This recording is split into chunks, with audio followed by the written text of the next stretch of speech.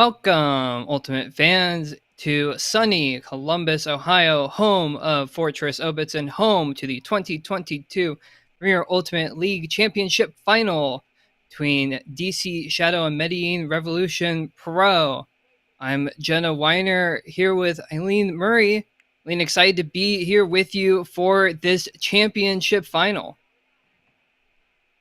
Yes, thank you all for coming. We are really excited for an exciting matchup against these two teams. The second time they'll be playing this season, and it's sure to be a good one. What are you most excited about, Jenna? Yeah, it was a really close game initially between these two teams.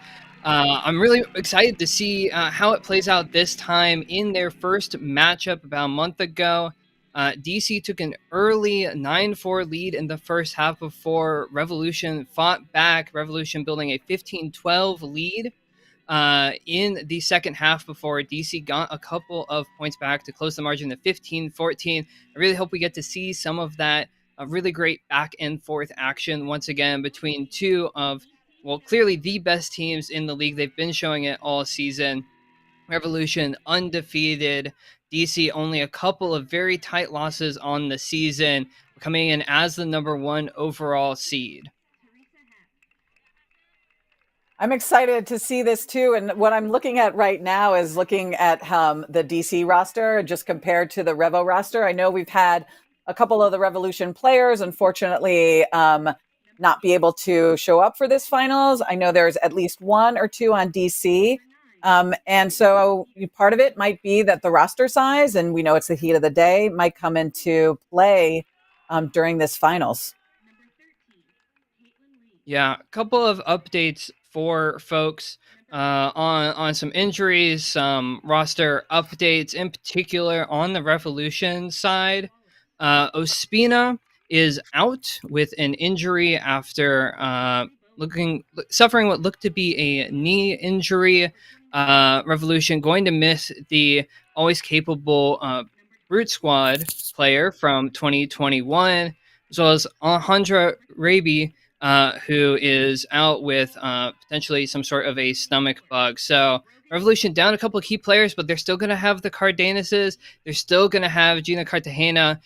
They still have all of the talent and chemistry available to them that has powered them through a very, very difficult season.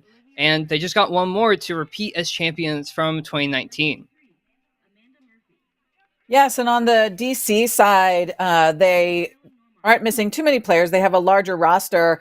And one thing that I want to point out for the DC team is, the fact that they are spreading out who is impacting the game. I had an opportunity to touch base with their coach, Samantha, last night. And one of the things she wanted me to point out was that there's 15 plus players on the team that are impactful on the field. And so I think that's one interesting difference between the two teams, not only the roster size, but also how many people are contributing on the DC side. And we'll hear a lot of different names throughout this game. Yeah. Shadow really distributing the disc around in their semifinal win, their dominant semifinal win against Indy Red 21-5 yesterday. Number of players picking up a trio of assists. Lisa Dang and Natalie Bova, two of the particularly assist leading players for DC, and then just spreading the goals around. No player, at least per the stat sheet, having any more than 2 goals across 21 goals total. That's pretty impressive balance and distribution, and DC is really going to have to look to keep that up if they're going to manage to work through and wear down the Medellin star-powered team. Yeah, I like that you use that word, wear down. I had the privilege of coaching against this team way back when I coached U19 in 2008, actually. It was Mauricio the first time I met him. And that was our strategy back then. And I think it's still relevant now. They've always come with a small roster, and our goal was to wear them down in the first half so that we could take them in the second half. It was a fantastic game back there, and a lot of these players are familiar faces. So the longevity of this team and the team chemistry that they've built over the past, 10 or so years is something that carries them through really nicely.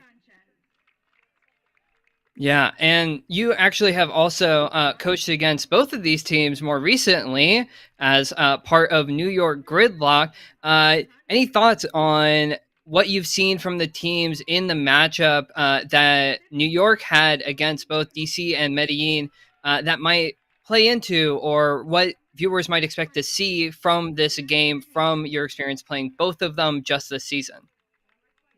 One of the things about the Revolution Pro that we thought a lot about was their ability to play small ball and to play in small spaces, and that was one of the things we really trying to tend to when we played against them, while also not allowing the big throws because they will lull you to sleep with the small ball and then they will just huck it for the entire length of the field. And I think with DC, similarly, the fact that they're able to play both long and short game, but then distributing the field. And so it's a little bit harder with DC to isolate particular players that you want to shut down because honestly, you need to pay attention to pretty much everybody on the field any point. And so I think it'll be really interesting to see how Revolution works on their defense to shut down all the different players and how DC is able to stop the small ball along with the Hucks. Yeah, and Revolution playing, one of the commentators noted it yesterday, playing in more of a hex style. It's something that I feel like folks are a little bit more accustomed to seeing more internationally. So no surprise that Revolution is bringing that stateside this weekend.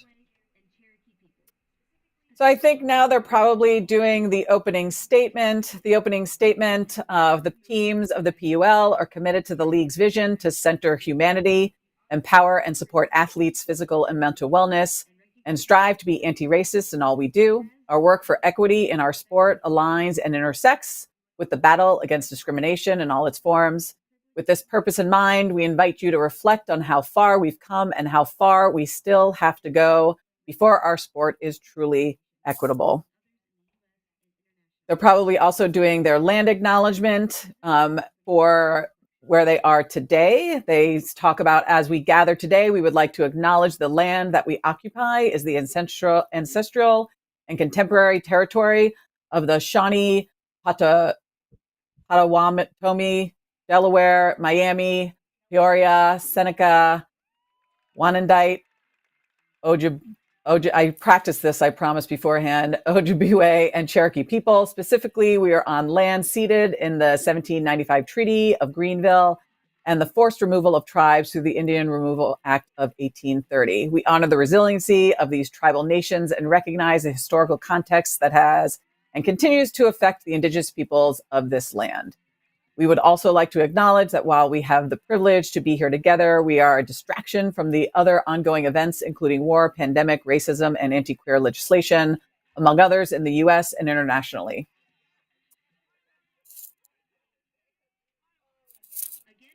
Yeah, really, really important statements, really important work that the Premier Ultimate League has been doing, in particular behind the scenes, as you see Revolution getting warmed up. Bit of a stretch, a bit of a dance, some combination of the two. Medellin always showing a lot of spirit, a lot of camaraderie. Again, many of these players having played together for years and years, if not decades together, down in Colombia. And they are fired up, ready to go here in Obitz, Ohio, just outside of Columbus at Fortress Obitz. DC's slightly larger roster, getting ready as well. DC looking like they'll be in black. Revo will be in white.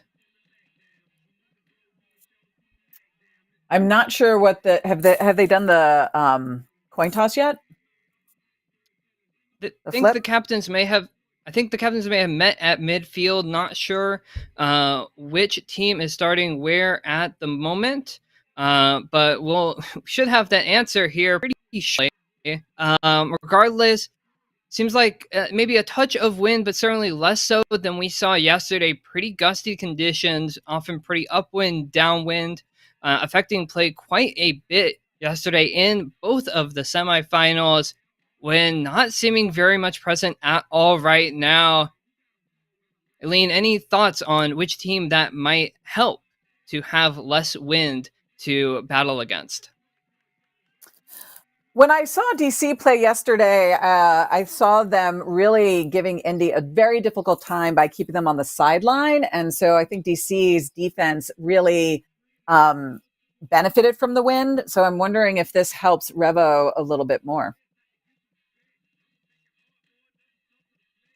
Yeah, and also maybe having shorter points potentially in the win might help the shorter roster of Revolution. Of course, with the Premier Ultimate League, it is a timed game, so what the final score will still be determined as Claire Trope of Shadow pulls to open the game. Medellin starting on offense, getting the disc moving center of the field. DC starting in a person matchup. Think that's Cardenas and layout block. Quick turnover from Shadow. They'll get an early break opportunity. One thing about the DC defense that I'm always been impressed by is just how quickly they get into the offensive mindset and how punishing that is for their opponents. DC working it up the far sideline. Just a few yards out. Dump. Centering back to the center of the field. Able to generate some space. Floated throw. Trope. All day. Mosquera not able to quite generate the pressure to prevent Trope from getting that goal. It's an early break to DC. They take quick advantage of the layout block from Shadow. And DC, we saw this though in game one. They took the early advantage. Question is, will they be able to keep it up? Of course, it's also only 0.1. I love this around shot. It's so hard to defend. And Claire Trobe being as quick already, just being wide open in that corner there.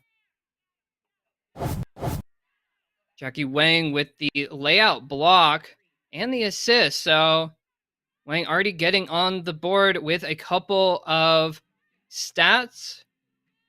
DC getting set to pull again. A reason why you don't just do the exact same thing and hope it works once again. Looks like Trope is set to pull again as well. I think they switched a little bit out on the offensive side for Revolution. They brought out the captain, Alejandra Torres. Pull up. Still mostly person defense from Shadow, poaching a bit. Revolution just trying to take those easy passes. Taking the deep shot. It's going to connect. Need an outlet, though. The continue is there for the goal. Medellin settles easily. Nice touchy huck. And Revo Pro on the board. Tied 1-1. I love seeing that little small ball to the huck. That's exactly what I was saying earlier. They're so good at getting as many short passes as they need until they have that open look. And they're able to put in. Look at them psyching themselves up right there. I love that. And to get the goal. Beautiful touch. Wide open receiver. Cutting deep. Nobody around. It's wide open for Revolution.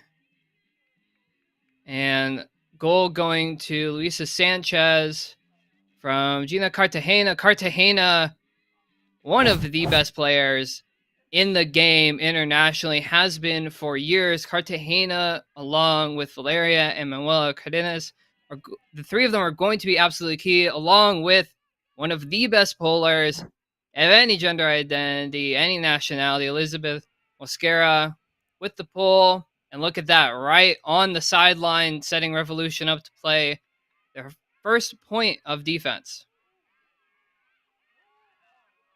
Quick huck intercepted.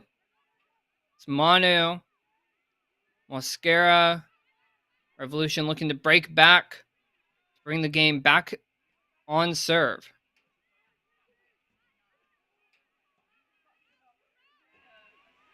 Small ball, centering it back to the center of the field.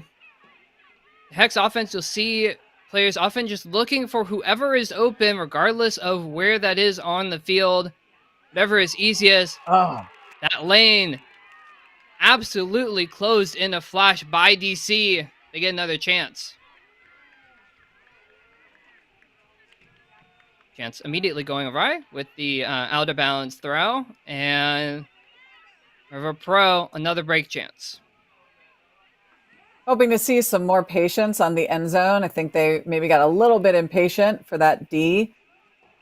And I'm trying to see where the wind is coming. I think the wind might have caught McKenna's huck a little bit to take it out of bounds.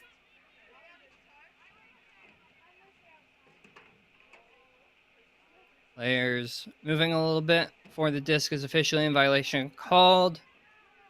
The reset. Revolution. Oh, maybe 20 yards outside of the end zone. On the sideline. Resetting it to the center of the field. With their team chemistry, as we see a foul called, Revolution is just able to play within themselves so often and able to work it through. Even the fantastic pressure defense from DC. DC, arguably the best defense in the league, certainly for a points per game rating. But see if they can get it done here. Mosquera, Cardenas, far sideline. The other thing I appreciate from Revo is they're also willing to go back if they need to. Nice. Layout catch, that's Mosquera. And that's a break back for Medellin. It's 2-1 game on serve. Well, Cardenas to Mosquera, crossfield throw, and the layout catch. And that's where that mental toughness comes in. I see, even though they turned it over on the goal line, they're able to collect themselves, have a really nice, wide open space for their teammates, and just patiently putting it in. Beautiful, low, touchy throw from Manu. And Mosquera needing that little bit of extra effort with such a low throw, feeling like she needed to bid at least a little bit to make sure that she could get under it for the goal. All of a sudden, a couple of breaks already in the game, and we are back on serve. So exciting.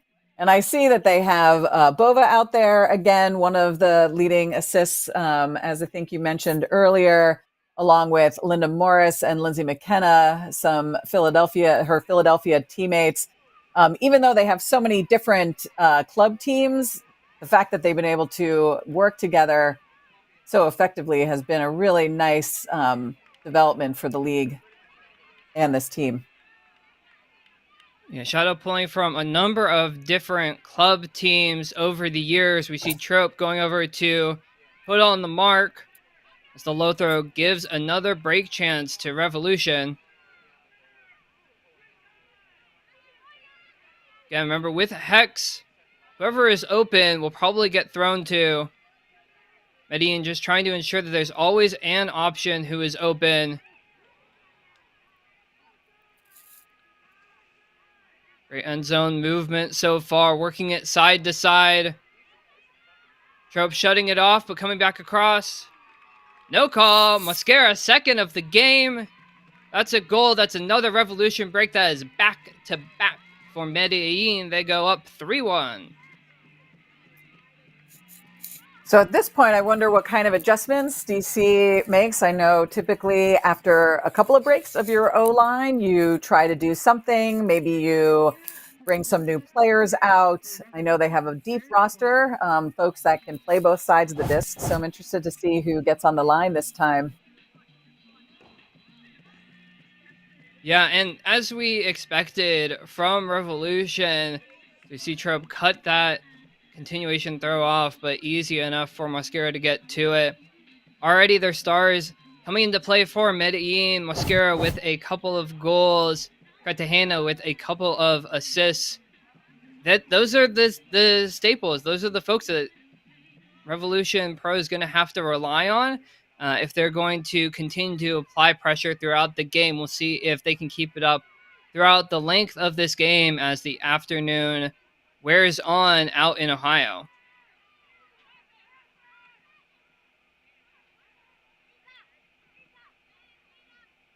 DC being patient here, making sure their throws connect. Touchy throw. Receiver was open deep for a moment, but then the lane got closed off.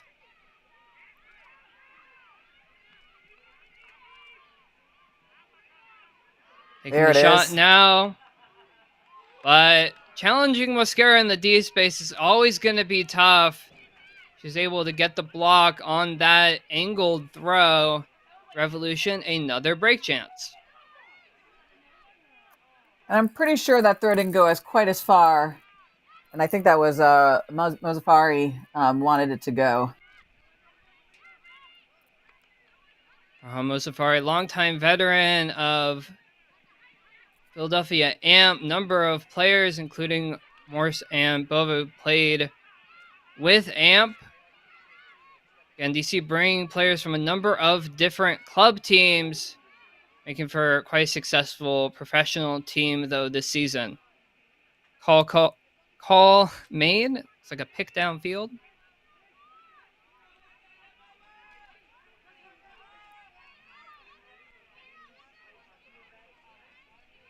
I like how Revolution has such nice stack discipline when they get into these situations. You see them nicely spread out. By playing together for so long, it's almost like they can tell what each other are thinking. And Mosquera's down. Another stoppage, maybe just a slip or a trip. This players try to move off the stoppage. No issues, no foul called there in particular.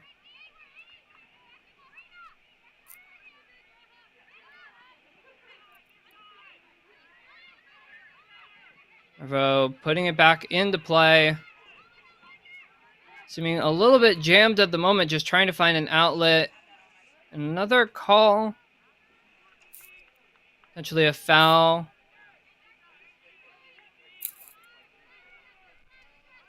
Trying to see who's on Mosquera right now. I think it might be Willison, just making up the space and being so quick. This is going to be a nice one-on-one.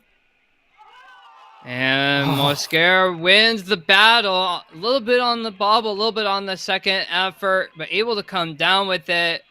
Mosquera's third of the game, 3 of 4 points already.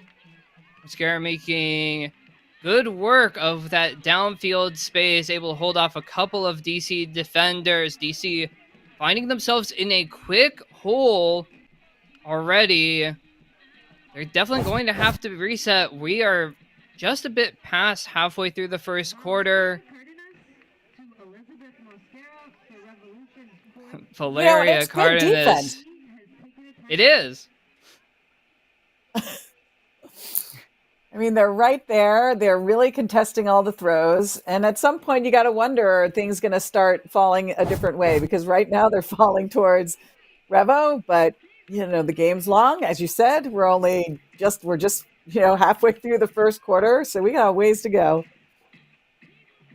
Long ways to go. But finally, not Manu, but Valeria getting on the board on the stat sheet.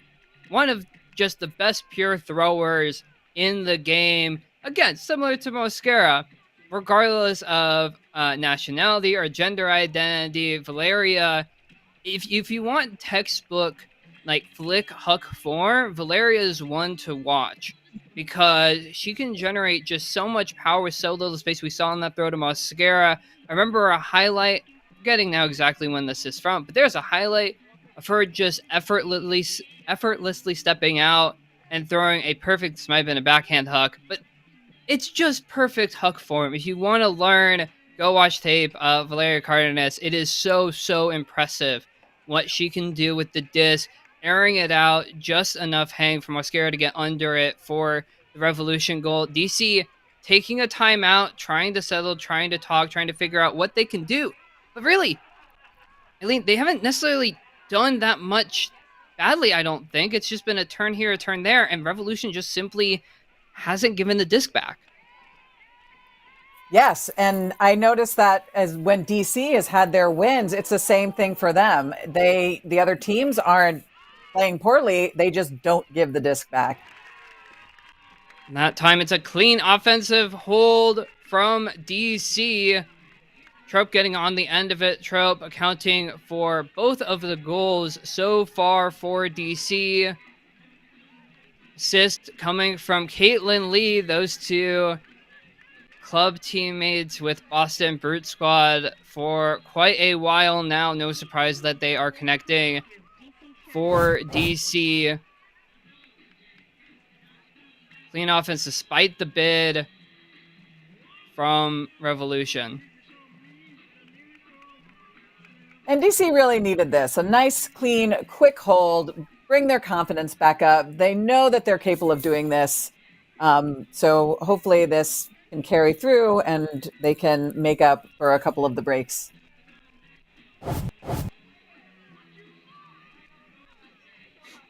Absolutely. And now they get a chance to get back on defense. DC's defensive line, again, one of the best in the league this season. Helped by having someone like Annalise Peters able to get the pulls. Although, of course, as soon as I say that, floats out of bounds. But Peters still one of the best throwers in the game. Able to put up incredible hucks and pulls, even if on occasion they float just out of bounds. See what kind of offense Revo comes with. And there's no offense if there's a zone and a cup, and Peters on cue putting it up. And it's caught! Layout grab for the score! DC shadowed two players trailing it, and one eventually able to get under it for the score. I gotta figure out exactly who that is. Number 22, take a bow. Aaron McCann. Oh my goodness. And that is an uncharacteristic, unforced error by Revolution, and DC just as true to form with their just really intense defensive team. Look at that layout, never giving up. Two players potentially to score, even though it flies over. Such a tremendous play. Absolutely amazing all around. Aaron McCann. I mean, Sports Center material? Maybe top 10, hopefully. And Peters right on cue, putting it up deep, and DC applying a zone, applying a cut, maybe just throwing off the communication, the timing a little bit on Revo's ability to make that connection. An immediate quick break, all of a sudden we're back to a 1-point game. And looking at their jerseys, it does look like the wind may have picked up down on the field a little bit, allowing DC to throw on their zone, which has been very effective.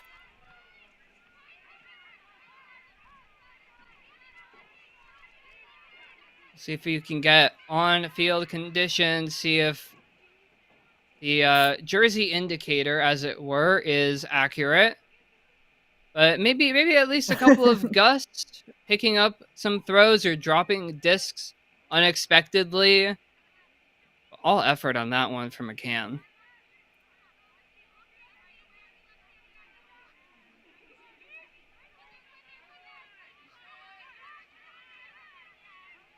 Revolution working on the sideline. Physical battle between Manu and whoever her defender is. Always sometimes a question of how much contact people are comfortable with, and sometimes I at least personally enjoy when players feel like they can challenge each other without getting overly aggressive, but each holding their own ground and battling back and forth.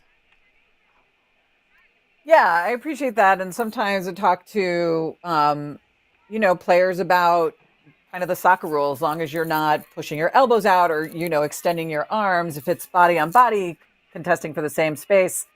I've always also thought that was really fun and appreciated those tough matchups. Oh, no. Mascara almost able to come up with a highlight grab, grabbing at her side a little bit. Not sure It how, but looked you like a hate to hard bid. see full effort. Hopefully she's all right. Folks coming out to check on Mascara. Always hate to see the cart coming over, but hopefully it's just to make it faster for folks to get to the spot.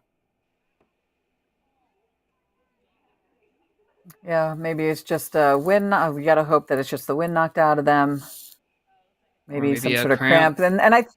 Yeah, I think sometimes with the small roster, this is the thing too, right? I mean, even though they had the morning to rest with two players down and with just the 16 now playing, fatigue can set in, and I think sometimes that's when these like hard bids are just a little bit harder. Yeah, but full effort there from Mascara. Hope that she can move past the cramp. High stall count. Looks like a stall. Potentially no contest. Can't tell exactly, but that could be Leon Hoffman, who's matching up against Trope, in which case, fun matchup between two Brute Squad teammates, at least as of recently.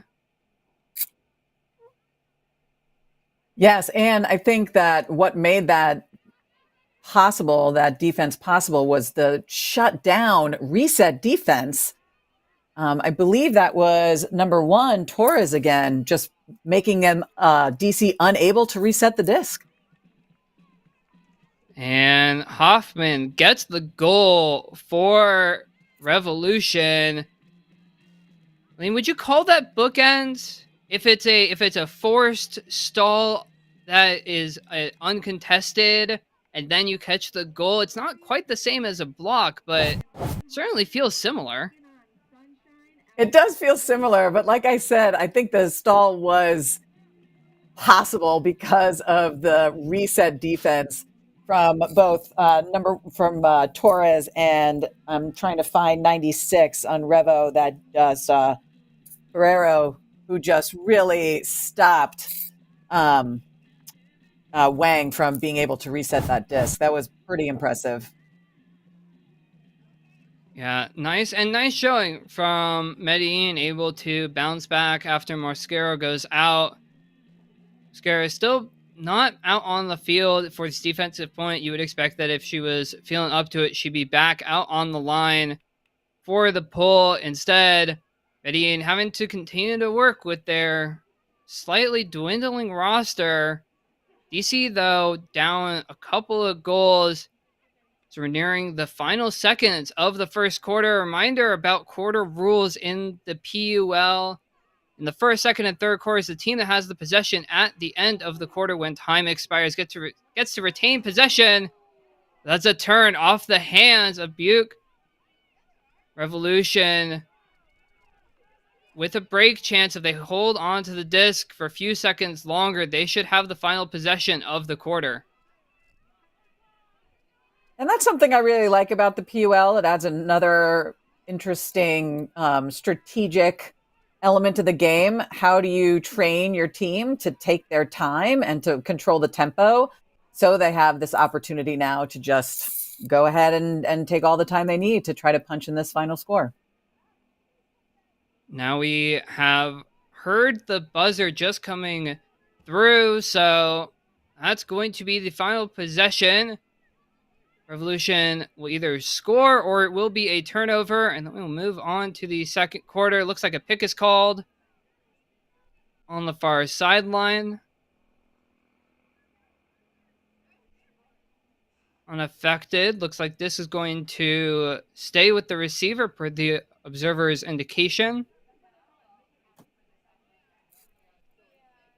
And if you're Medellin, right, you could just take your time and figure out what sort of offense you want to run, work that small ball, because there is no time limit outside of the stall count.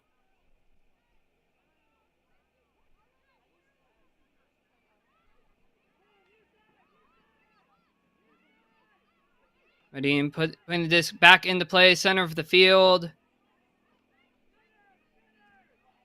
Trope trying to shut off that downfield space.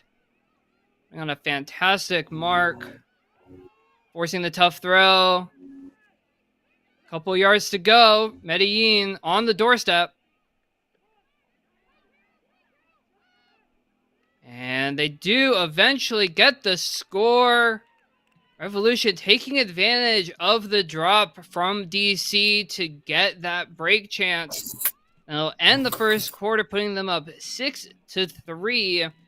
Currently doubling up DC, although, again, we just saw Mascara go out injured just the point before. Will Medellin have enough to hold on throughout the rest of this game? Yeah, it could become into a factor. We have 3 more quarters to go. But again, taking their time, efficiency of movement here. You see the stack holding because they know we're going to have a nice give and go option there is really helpful. So hopefully they can conserve their energy, continue to be efficient, and hold out for the entire game. Cartagena getting yet another assist. I think that's her third of the game to Jimena Montaña for the goal. DC doubled up at the moment, 6-3, but only down 3 points, and we have 3 full quarters to go. Eileen, if you were the coach of Shadow, or if your New York Gridlock were in a similar position, what would you be telling your team based on what you've seen so far for the team to be able to make a comeback starting in this second quarter? Yeah, I think one of the things that's really helpful is to continue to switch up the defense. I think we saw that when DC threw that zone after several points of match defense, rattled Revo a little bit. I think continuing to do things like that, keeping the team guessing is important. That helps, I think, because of the small roster and knowing that they could get fatigued, making them think as much as possible sometimes is really helpful and gives you that edge. But offensively, just recommitting to our plan, knowing that we can do it, and just reminding them of, that they got this and they can just continue to go. Yeah, it's been a lot of just kind of the classic, as is so often said in Ultimate. It's just a game of throws and catches. A low throw in the first few points gave Revolution their first break opportunity. The normally sure-handed Buke just having to spin off of her hands on that higher throw to give Revolution this latest break opportunity that they did eventually convert. It's the small things, and if you're DC, you, again, as you said, put on that defensive pressure, throw those different defensive looks, try and mix it up to generate your own quick, easy opportunities, like they were able to take advantage of when we got that Peters hug to the incredible McCann layout. And we do see now for Medellin, Mascara back out on the line, seems to be up, seems to be ready to pull again. Essentially just a cramp, needed some fluids, needed some electrolytes, needed some salts to feel like she can be ready again. So you look to start the second quarter, Medellin up 6-3 on DC. Yeah, and taking care of yourselves during this game is really important. When we played in Austin this season with a 95 degrees, 50% humidity, that was one thing that we really, really focused on. And so just thinking about how are these athletes taking care of themselves, both last night and now during this game, as they're losing all their fluids and working so hard on the field. Yeah, temperature in the 80s, but this is a turf field, so it feels quite a bit hotter. And while there is a touch of a breeze, there's not that much. Might see it affect a throw or two, but not on that one. That one was just a block from Medellin. Essentially a travel called. As Revolution looks to score once again. Quick, easy break for Medellin. Just a run through block to an immediate flow for Revolution. And I mean, if they're gonna if DC's gonna make it that easy for Medellin, Revo will take that all day, every day. Hoffman with another goal. Yeah, and I mean, that was a fantastic D run through D, and just thinking about how do you, as a coach in this situation, when there's a mistake or when someone gets D'd, how do you help them very quickly move past it? I think that we, see really impressive athletes sometimes are, getting a little bit down, and so how do you help them become a goldfish and just turn around and forget? And continue to find their confidence, find their strength, find their passion, and really start to go a little bit harder. And that's something we talk about a lot. Like, how are we elevating each other so that we can really just go out there every point like it's a brand new point, like it's a brand new game, and just putting it all out there every time we enter the field. Absolutely, especially for any offensive line players out there, that ability to forget after getting broken is absolutely key. DC trying to bounce back from two break opportunities given up back to back around the quarter break. And looks like we have a bit of a zone, bit of a junky look from Medellin, trying to slow DC down. Trope trapped on the sideline, resets it up the field. It is inbound. Shadow just able to tow it in on that sideline, but so many players in that center. Foul call, just in the hands of Trope, far sideline. But Shadow not able to generate very much offensive movement so far at this point. So even with the wind not as strong, Revo is able to keep DC on that sideline and just like make that window smaller and smaller and smaller until they're eventually able to get that D. And Revolution content to work it up the sideline. Inside backhand throw. Mosquera. That was incredible. Like a step around through backhand. Floated enough. Mosquera had position the entire time. And Revolution makes it 3 straight breaks. They are now up 8-3. Medellin and rolling. DC faltering. And still having a lot of the game left to play.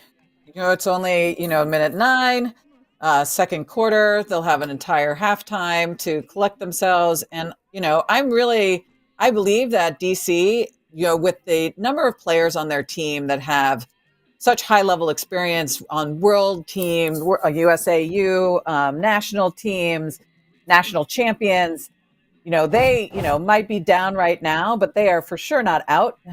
I know that they are going to, be able to figure it out. The question is, can they make up for this deficit, even if they are able to regain their confidence and flow on offense?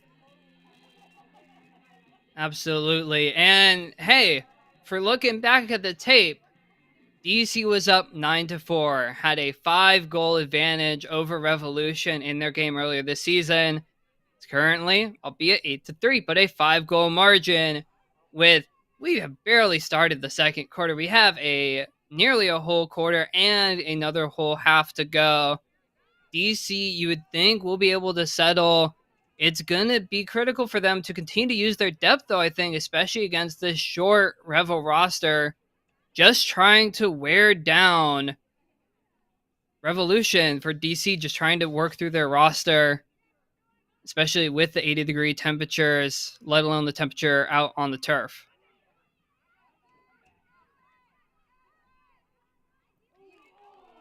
Layout effort from Shadow. Kid. Not quite there. Revolution, another break chance.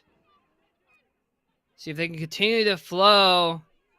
Take immediate advantage once again of the DC mistake. DC, again, not necessarily giving up a ton of opportunities, but Medellin not giving any of them back, really.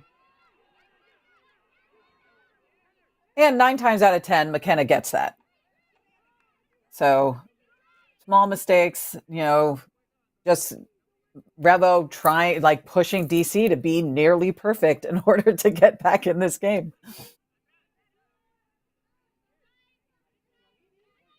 Especially helmed by players like Hunter Cardenas. It's going to be difficult for Shadow to force any real mistakes. And Manu gets the assist, taking it to 9-3, advantage Medellin.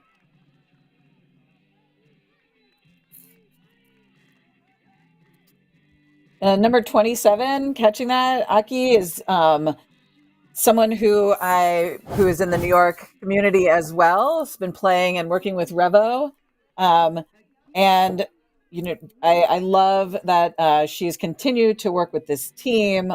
She actually has a new job as policy director for the Center of Critical Internet Inquiry, which just sounds so fascinating and makes me think about just all the amazing things our POL athletes are doing outside of impressing us on the field. We have so many just powerful young folks in the league, and I think we should elevate their stories a little bit more because I'm constantly impressed when I find out what people do outside of Ultimate.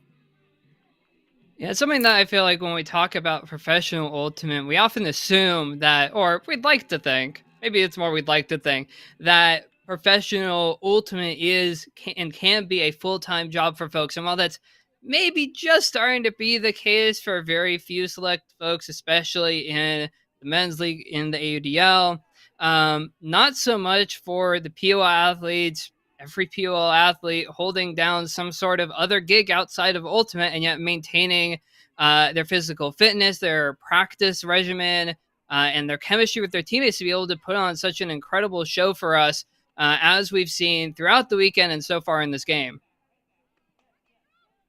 And there's a little zoom Shadow, zoom from Cami yeah. Groom.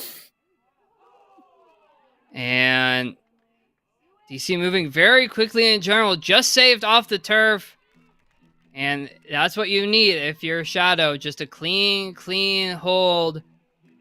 Quick work, maybe emulating a little bit of what Revolution has been doing, worked wonders for DC on that point, getting them the goal, including a pretty fantastic save just off the turf, it looked like, to ensure that DC could maintain possession.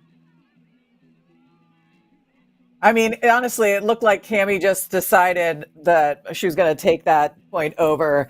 Obviously, Caitlin Lee saving that final pass, but Cami going every other, just going around the field. Her quickness and ability to complete those passes with just one or two steps and just keep going. You can't defend that. Yeah, it's tough to defend. And again, it's been working for Revolution, and DC absolutely has the players to pull it off.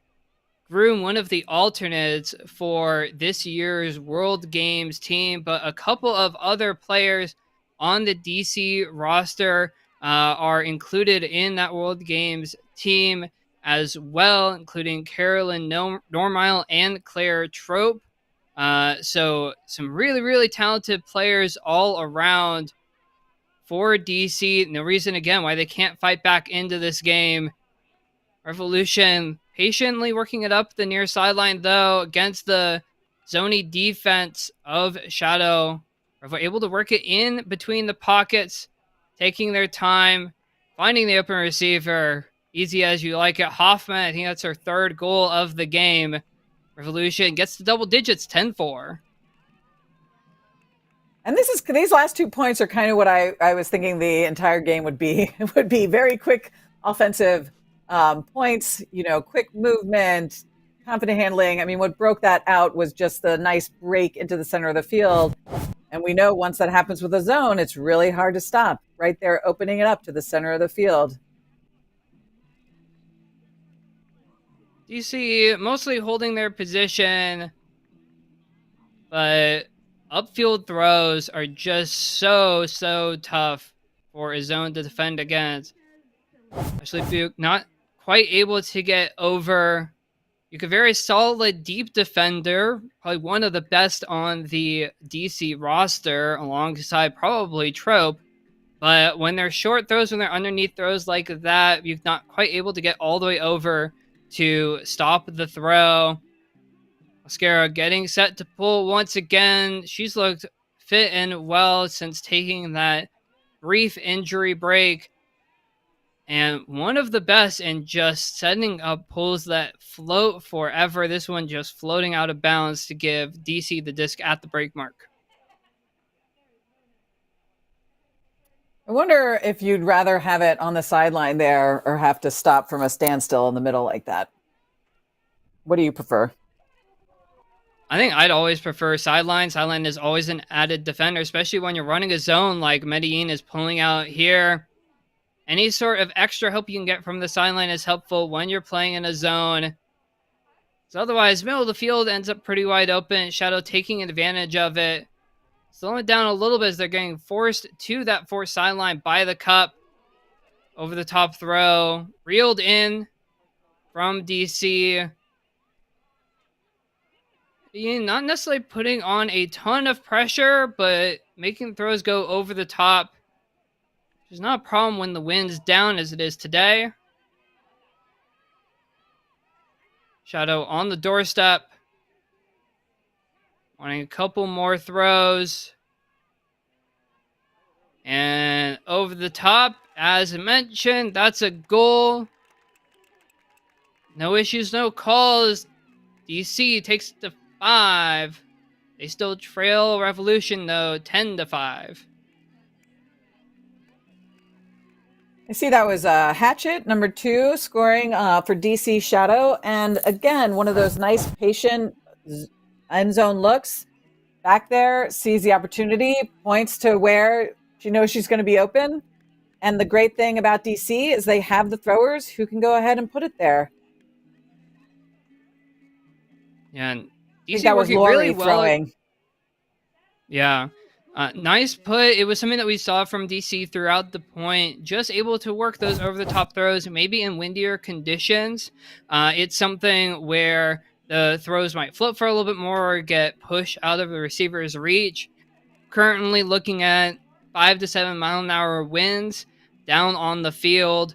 Not too much to make it that difficult for such outstanding throwers like both DC and Medellin have to be able to work against the zones. Although I would say that the zones have been effective, at least in slowing the teams down. I am honestly a little surprised at how few hooks, relatively speaking, we've seen from both teams. And I think that's, can be contributed to the outstanding defense that we're seeing from both Shadow and Revo.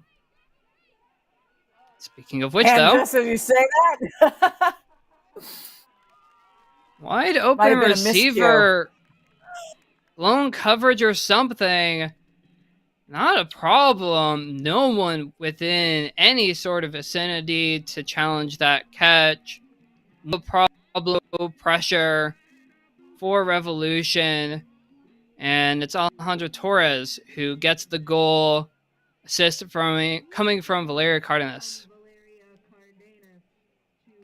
I wonder, Torres is usually around the disc. I wonder if she's snuck back there. Her defender not anticipating that she'd go down the field. I think I just saw her at the bottom of the screen on the start of the replay, just sort of walking down the field, nice and quiet-like, and Valeria certainly has the ability to throw well over all of the defense. If there's a player that wide open in the end zone, Valeria's not going to miss. Torres more than happy to take advantage of that opportunity. What do they call that when you're sneaking down? Is that like snake in the grass? Is that what that is? Like snake in the grass is a little bit of a different thing. I think it's just being a little bit stealthy as you work down the field. I feel like in Ultimate, sometimes people like to talk about the idea of like, oh, don't say the play or else they're going to know what we're doing on offense and they're going to bring a defense to stop it. In that case, I mean, yeah, you don't tell the defense that you're sneaking down the field, down the sideline. If you have a play with Valeria, you just know you're going to get hit.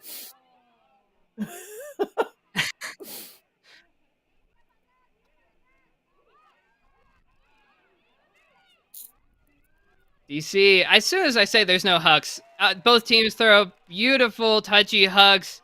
Shadow making it work for themselves.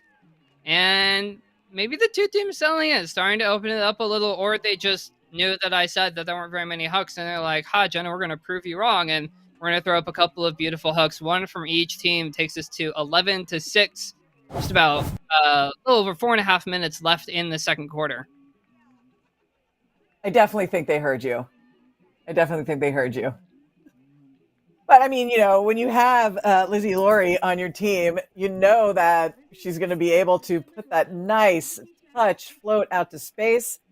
Playing with Rising last year, being a critical player for that team, moving down to DC this year for work, and joining this team, having her on the field to be able to put those out into space is really critical. And I bet that DC is starting to feel more confident and elevated in their play these last couple of points. Absolutely. And that was Monroe getting open for the reception. Although it seemed like on that point, DC had a flurry of players open at any given time. Team selling in a couple of clean holds both ways as we have passed the halfway point of second quarter. We're seeing once again some zone out from DC trying to slow down the Medellin offense, but over the top, Mosquera's there.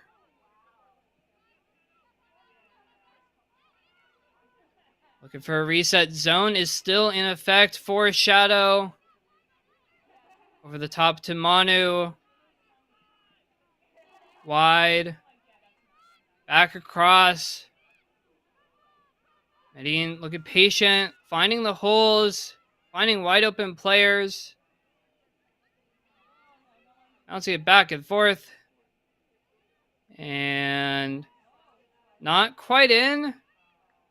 That is the goal for Revolution. Easy as you like it. Working against the zone. I don't dislike the zone look from DC, but pretty clearly Revolution not having too much trouble shredding it. So they take it to 12-6. Now their lead. Yeah, I don't hate the zone either. I just wonder about playing it the whole time. One of the things we had considered doing against Revolution that we could have done better, but something we were trying to do is to start with zone to slow them down, but then going to match defense because of exactly what you just saw happening. When Revolution gets comfortable in the zone, they move the disc very quickly, and it's really hard to recover. And so I wonder if there's an opportunity to start with zone, but then crumble quickly. Yeah, not sure if there's something where there's the classic fire call or if you count throws sometimes, although unless you set that number pretty high, Revolution's going to make that count go up pretty quickly. Cartagena getting another assist. I want to say that's her fourth of the game. Certainly been a key contributor for Revolution. It's their in-person defense. This time against the Shadow offense. Cardenas on the mark.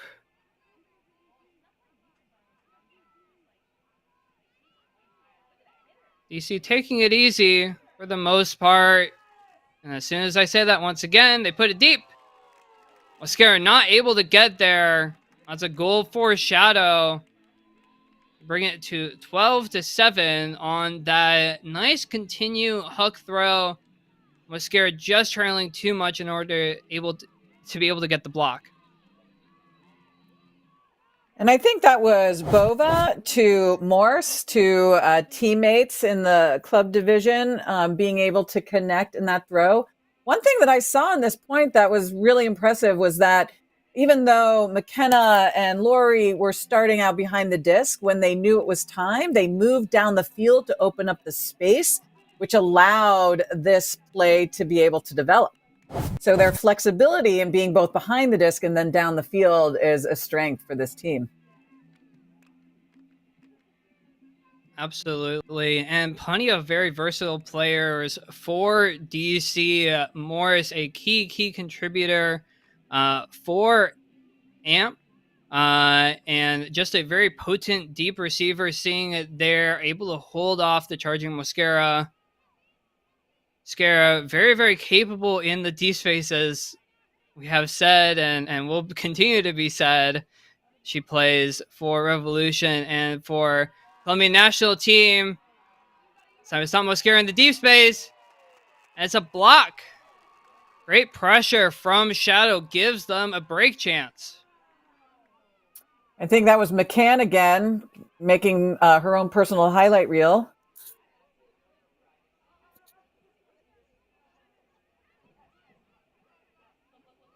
Fantastic block and fantastic mark defense. DC shooting. They have an open receiver deep. Now just need support. 1, 2. Few more passes to get to the end zone. Just a few yards out. Lee with it. Inside throw. Score. Break. For Shadow. They're bringing it back within 4. 8-12. You getting the goal from Lee for DC. Love Ashley being the one to huck it down the field and then being the one to score. Shows how much hustle and just how much she can, just take over this game. She decides to.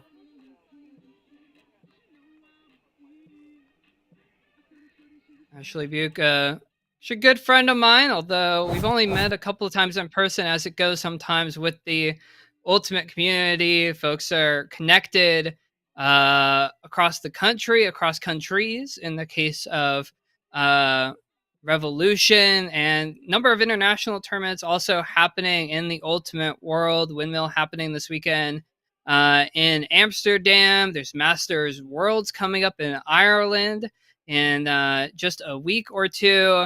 So plenty of connections from players around the country, around the world. Seeing it here with Revolution and DC in a good game, 12-8. See if DC can continue to put on some pressure, bring the game just a bit closer, as we're under 2 minutes left in the first half. DC really turning on the defensive pressure right now.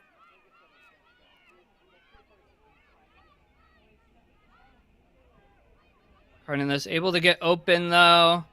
Floated throw. Easy block for DC. They get their second straight break chance. It's like Buke putting it deep for Trope. Trope. Oh yeah, no problem for Trope. Couple of supporting receivers. 1, 2, and 3. And that's a goal. That's a DC break. 9-12. Shadow making a run, making a push. Just about a minute left in the second quarter. I think if I was Revo at this point, I would try to do something to slow DC down a little bit at this point. I mean, with a minute left, it's conceivable that Revo could work the disc, maybe play out the half to control the tempo, but just do something to slow it down a bit. DC is really starting to come into their own. And as you said, a 5-point deficit, as we saw in the last time these folks were matched up against, does not mean the game's over. Absolutely. Deficit now down to 3. Groom and Trope connecting on those dishy passes to longtime teammates on Boston Brood Squad. No problem with the chemistry there for those two after the Buke huck to Trope. Just laying it out, and Trope no problem making the reception. Making light work. That's a couple of breaks back for DC. Under a minute left. See if they can force another turnover, get another chance before the end of the half.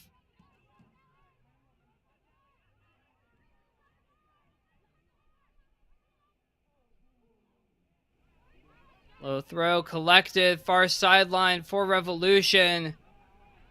You see cranking up that signature defensive pressure, but Manu says, no way, that disc is mine. And Revolution continues to flow.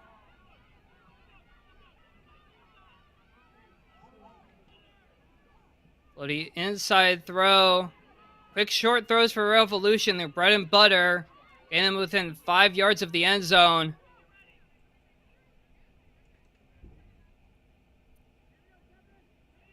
Potential pit call. It's a disc reset. Sounds like So Revel time was has able to, gone. yeah.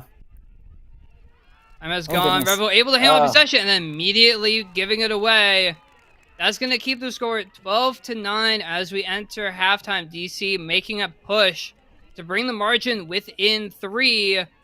It's got to be a pretty good one, Eileen.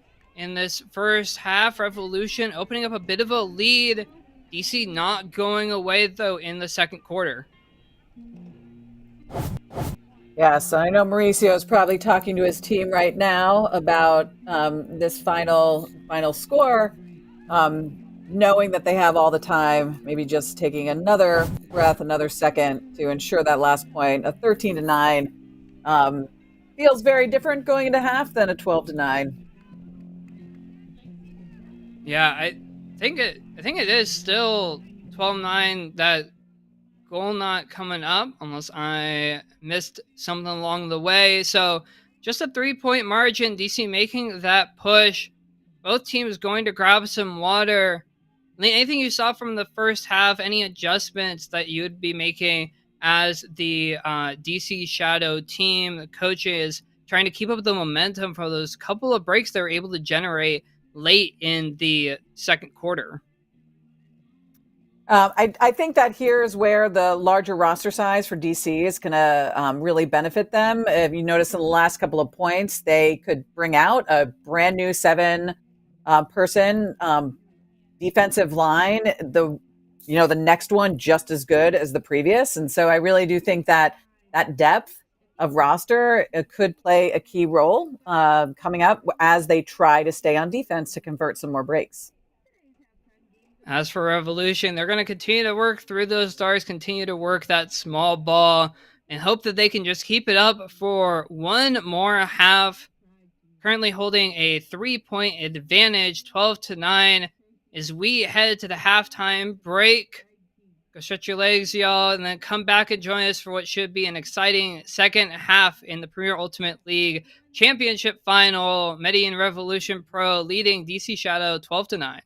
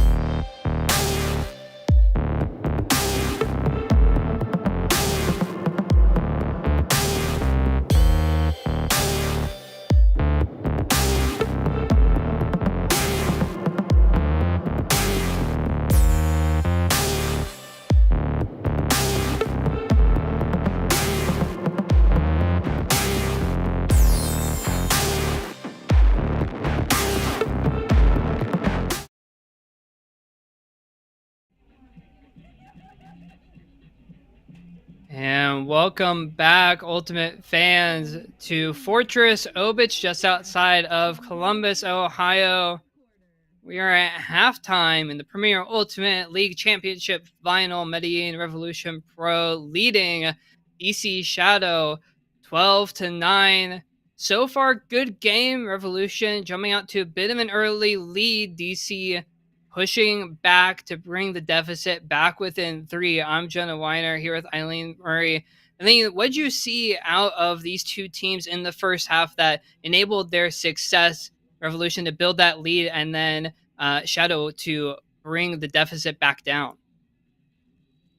Something similar from both teams for both of those, which was to make the offense suffer for any sort of errors. I don't think that, there were some good Ds, some great D plays, and some of it was just, a miscue, a drop pass, that really, it doesn't rely on the defense, but then the defense not letting the offense get away with it, right? You mean when you go to practice, sometimes what you do is you say the defense only gets one chance to score, and if you don't score on that chance, the point's over. Because typically in these high level games, that really is all you're going to get. And so the defense being able to do that, get the D and then score right away. That's how I think Revo built their lead, and that's how DC is chipping away. Yeah, some really great defensive line, offensive efficiency from both DC and Medellin.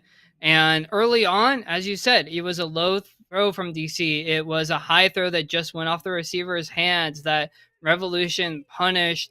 Gina Cartagena and Elizabeth Mosquera and the Cardena sisters, all critical for Revolution as we'd expect them to be. But then both teams opening up the deep game. Ashley Buke opening up with some of those pinpoint hucks and able to work it. Trope and Groom working really well between them. You'd expect those stars to continue to step up for Shadow if they're going to really make a push in the second half to make up this 3-goal deficit.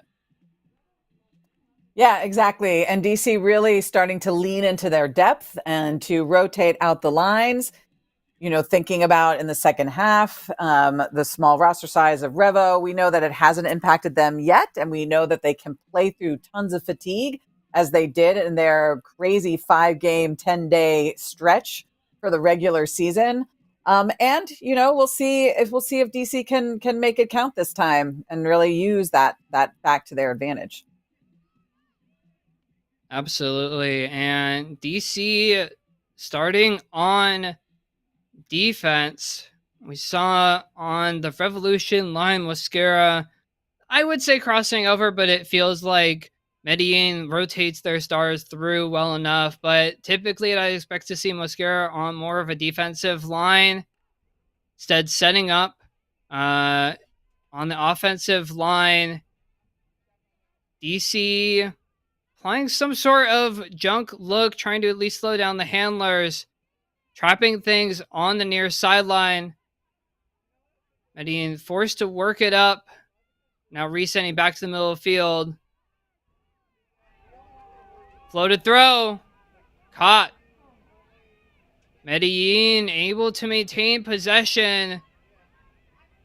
Shadow dropping back into person defense.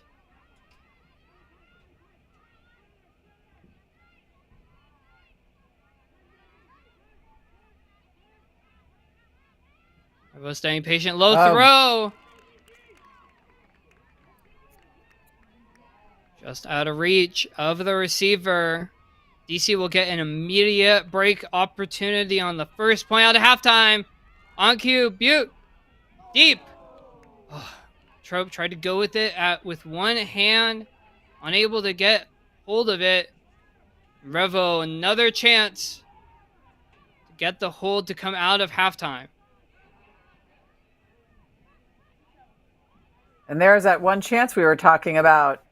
See if Revo's offense can show that they only will give one chance. And most of the time, you'd expect Trope to be able to get there. Maybe thought that She get to it just a step earlier. Went with one hand, not able to get it. Now Revolution, again, being so patient, using up all those stall counts. Not quite in, though, despite the heavy pressure of DC. Foul call. No contest. Just coming back in on one. Revolution in their end zone set.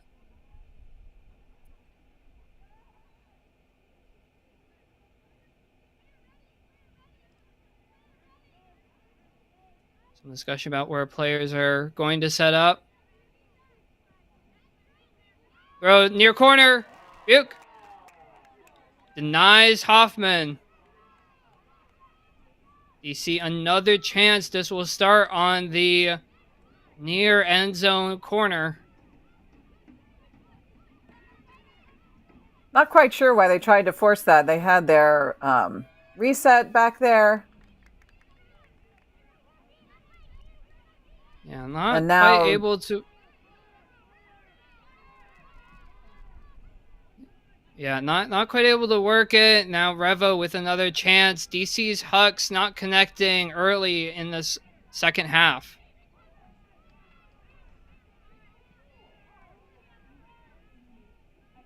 And having McKenna and Buke pick up the disc for those initial big passes, I wonder if that's something DC spoke about during the halftime, to start to really take those shots spread out. I mean, it's very tiring, even if they don't connect, for Revo to have to work it up half to 2/3 of the way up the field again and again. And again, but not so much more on this point. They're able to get it into the end zone, working that far sideline, getting the goal on third, fourth time of asking. Quite a bit of a long point. Just about 3.5 minutes gone, but Revolution able to hold, taking the margin to 13-9, their advantage over DC. And you got to wonder, many more of those points, how much is that going to impact Revolution's efficiency and play? As we saw, it took 3 times for them to score this, which is quite unusual. But in some sense, that's a win for DC. As you said, a 3.5 minute long point. That is exhausting. Certainly wears on the body. You have to do that over and over again. See a few of the same players coming out for DC, but mostly a whole new line out for Shadow, while Revo looks to use Mascara's pull to put some more defensive pressure on Shadow. Fantastic pull all the way back into the end zone from Mascara. Few easy throws for Shadow initially as they work it to the near sideline. Oh my goodness. And Manu! Oh my! Manuela Cardenas! That's a highlight. Amazing catch. I cannot wait to see that. I mean, she's usually good for those at least one a game, but oh my goodness. And a poach block. Collision, though. It's like mostly between 2 DC players. When it does that might look like McKenna, who's down. Collided, like you said, with their teammate.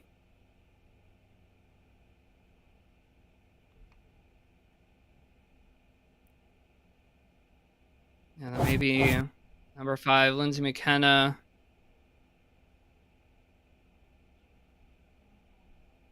And we see once again Manu Cardenas just going out for it. Catch, layout, block. There's few in the world who have the ability to make the kind of plays that she does.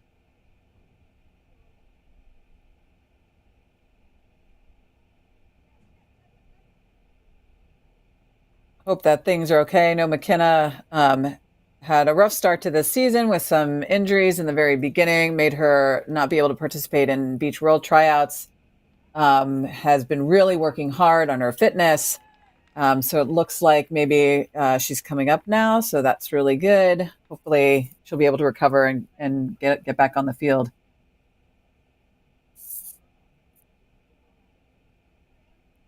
Hopefully, you always hate to see those collisions in traffic, especially when his teammates colliding into each other, both trying so hard to get the block, can to be able to walk off the field. Potentially, might be staying on. Probably giving some direction to the play, saying who should be where. Or maybe there could also be some discussion unclear about whether that was a block or whether some sort of foul should be called. See it, McKenna trailing Mosquera and the other DC player coming through, creating that collision. Yeah, from our distance, it doesn't look like there was any sort of foul, but I'm not sure what they're talking about down there.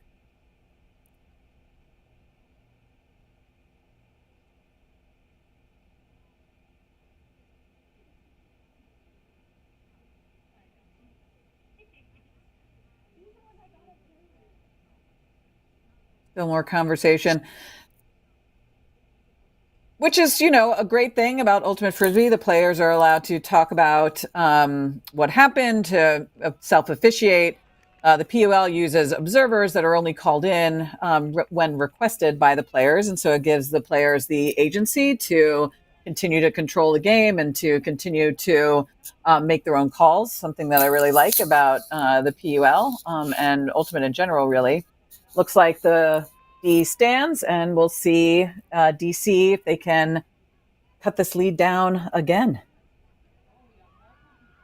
And immediately putting it deep seems like a go-to strategy for Shadow in the second half. Could be to your point, Eileen, about trying to wear down the short roster of Revolution throughout the second half. But if you aren't connecting on those deep looks, if you're DC, then you're giving up these break chances like Medellin has right now, in terms of, you don't want the margin to grow any more than it already is. So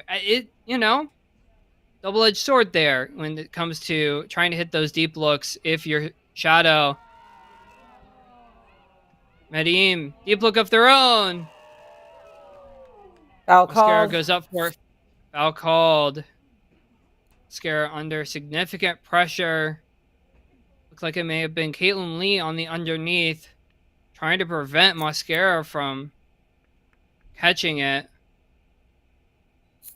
Maybe a strip call, foul or strip. Always appreciate the hand signals from folks. We'll see it again.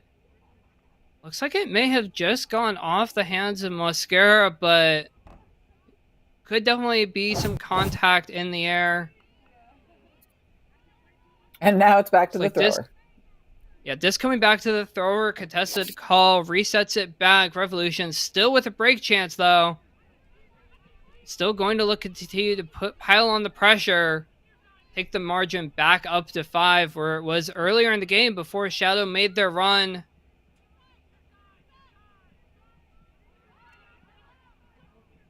Low throw made near sideline. Medellin resets to the center. Super contested in the middle. Tough little inside throw. Caught, but absolutely some contact between the defenders. They're just moving so quickly. The momentum is taking them, and as we go into this game, farther into this game, and it gets closer to the end, I wonder if we're going to see even more of this, like, really bodying up contested defense. Absolutely. And throw caught. Incredible save, but a call. Foul, no contest. This will go back, but we'll stay uncontested. We'll stay with the continued throw. Just going to center field for Revolution, just 5 yards out. DC saying it should go back to the thrower.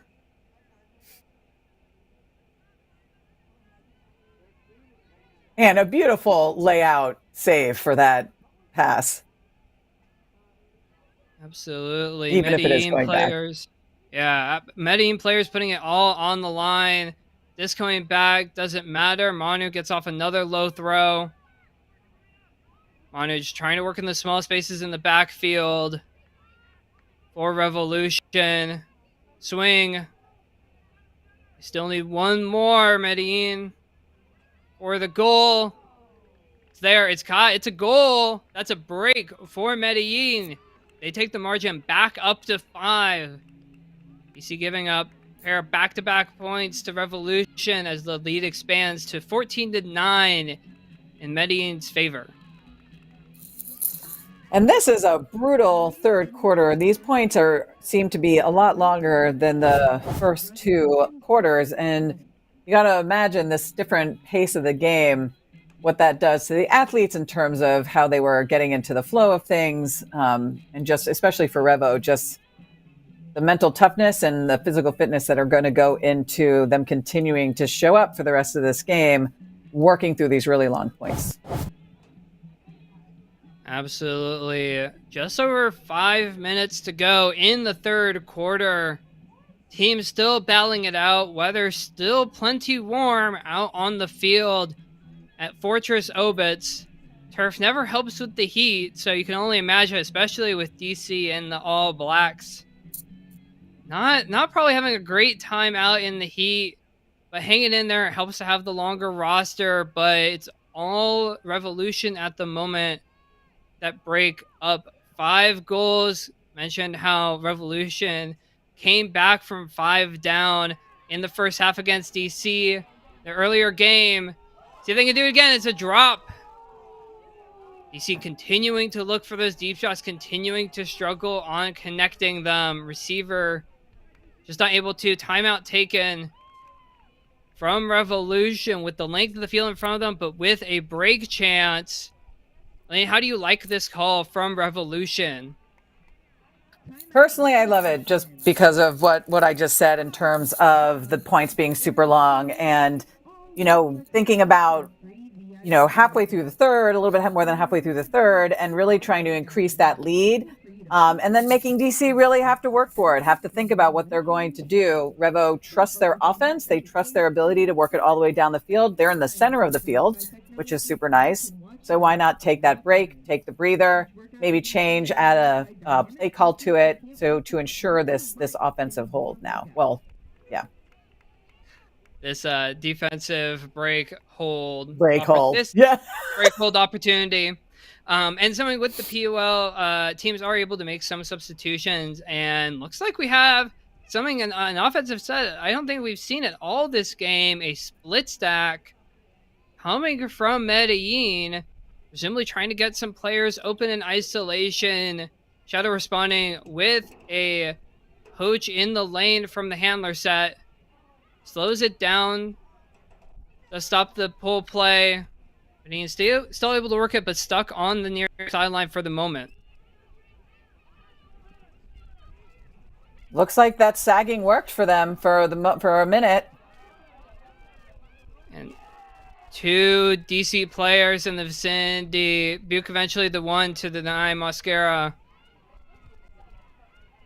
If you're Shadow, you feel like you really need this hold right now. Down 5, you do not want to get the lead to 6. That would be Revolution's largest lead of the game. Just trying to settle in with about a quarter to go. Over the top throw, caught. Far sideline.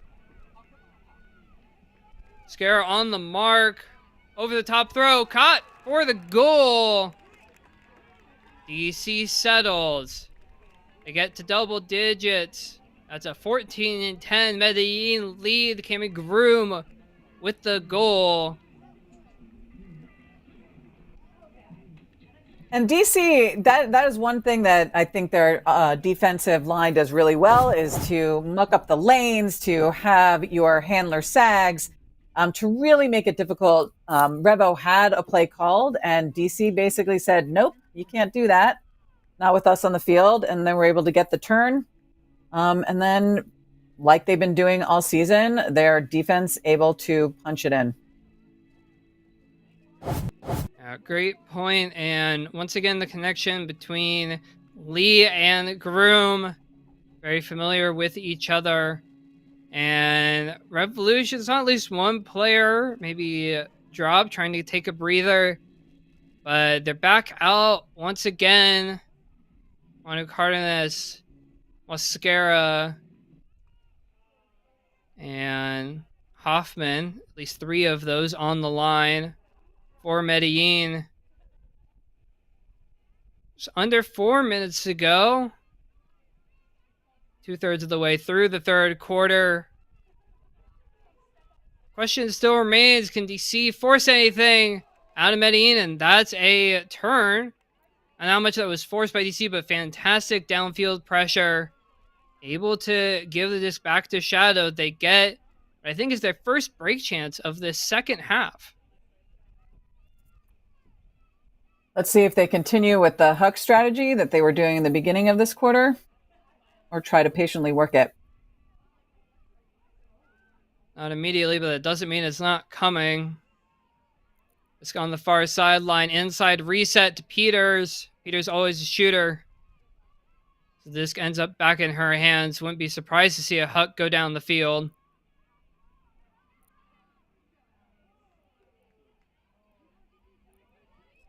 One thing that I love seeing the Revo defenders do is sometimes not even looking at who they're going to be marking, but looking downfield to make sure they can stop the next throw.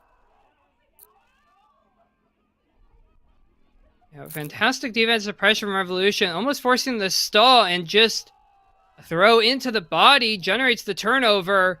Revolution floated throw, contact, foul call. No contest. This will stay with the Revolution.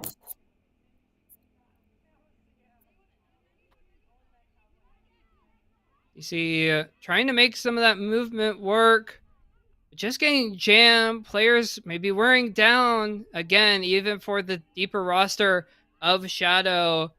It's hot out there, and they're wearing all black. Can't imagine that's the most pleasant thing in the world for these DC Shadow players. It's fantastic defense from both teams, though.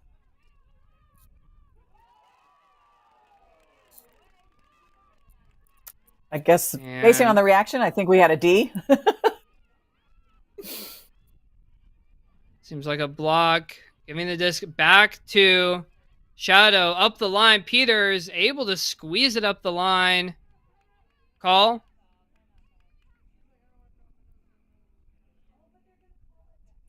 Potentially timeout taken. Timeout to DC. Looks like from where the disc is going back, I wonder if DC coaches took a timeout before the throw in order to allow their team to try and get this break chance. Just over a minute left in the third quarter.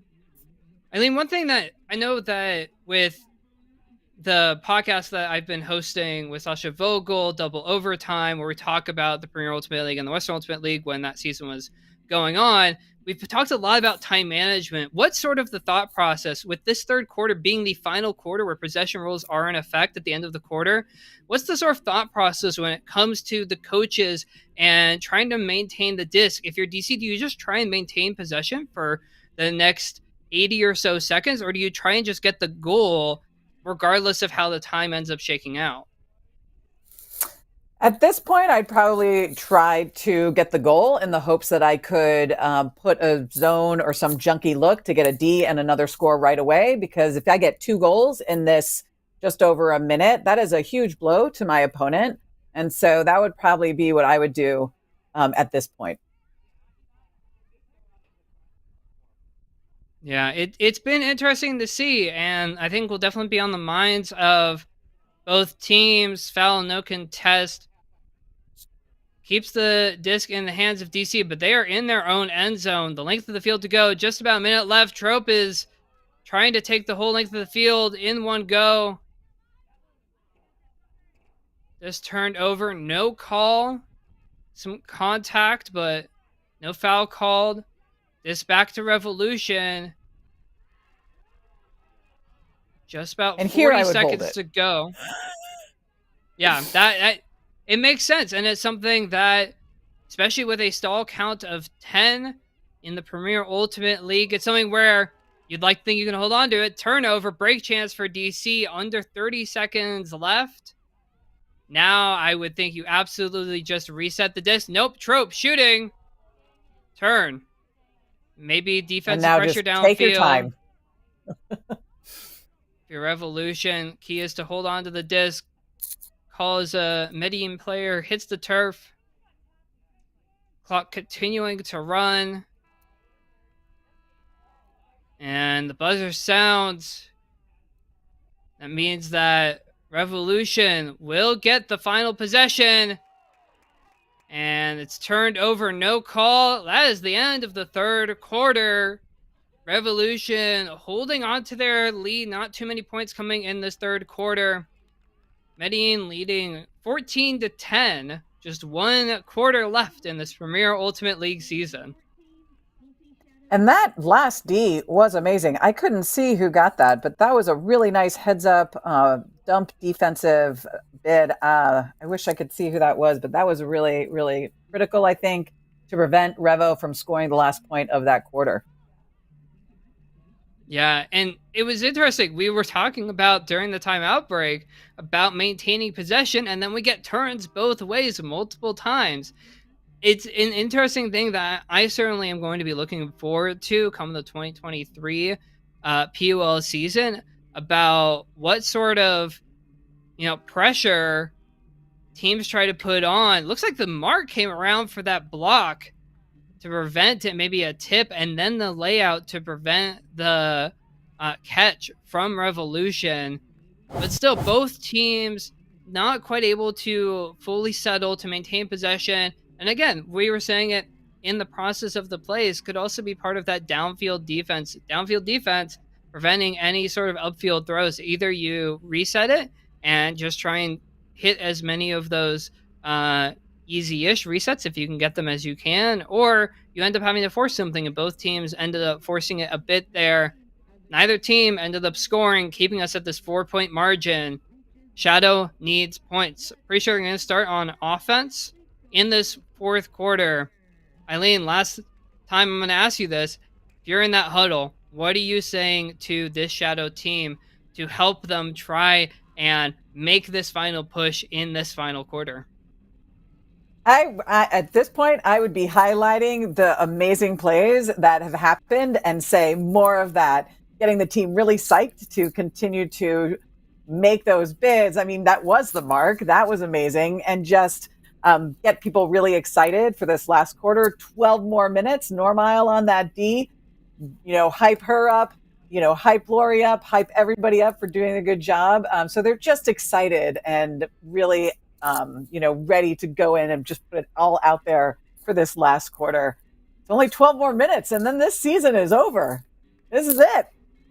This is it, over and done with. It has been an exciting one. Glad that we can get some really exciting games in this championship weekend. Your Revolution, feeling pretty good about that repeat. That undefeated 2022 season would be a supremely impressive accomplishment after all of the time away. Yes, the PUL had the championship weekends, the regional weekends in 2021, but to go undefeated over the course of the full season, to win all of those games in that road trip, as we mentioned, to win back-to-back games out in Ohio, be quite the accomplishment for Medellin. But 12 minutes still to go to secure it. 4-point margin, feeling pretty good, especially for how low scoring the third quarter was. DC needs points and quickly. Getting started on offense for this first point of the fourth quarter. A good place to start if they can convert it. Kind of looking like she's controlling the point very comfortably. Kind of going nearly every other.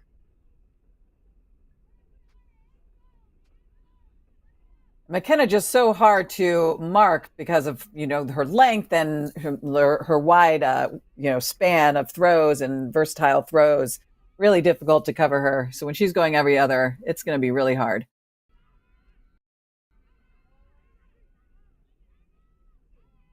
Kinda not quite getting the disc at the moment. Still DC almost there. Revo Nice switch continuing by the to apply the Revo. pressure. Yeah, great switch, great defensive pressure still. DC 10 yards out. Working on the near sideline to Groom. McKenna near side end zone cone. Potentially a foul call for potential push off for McKenna against the mark.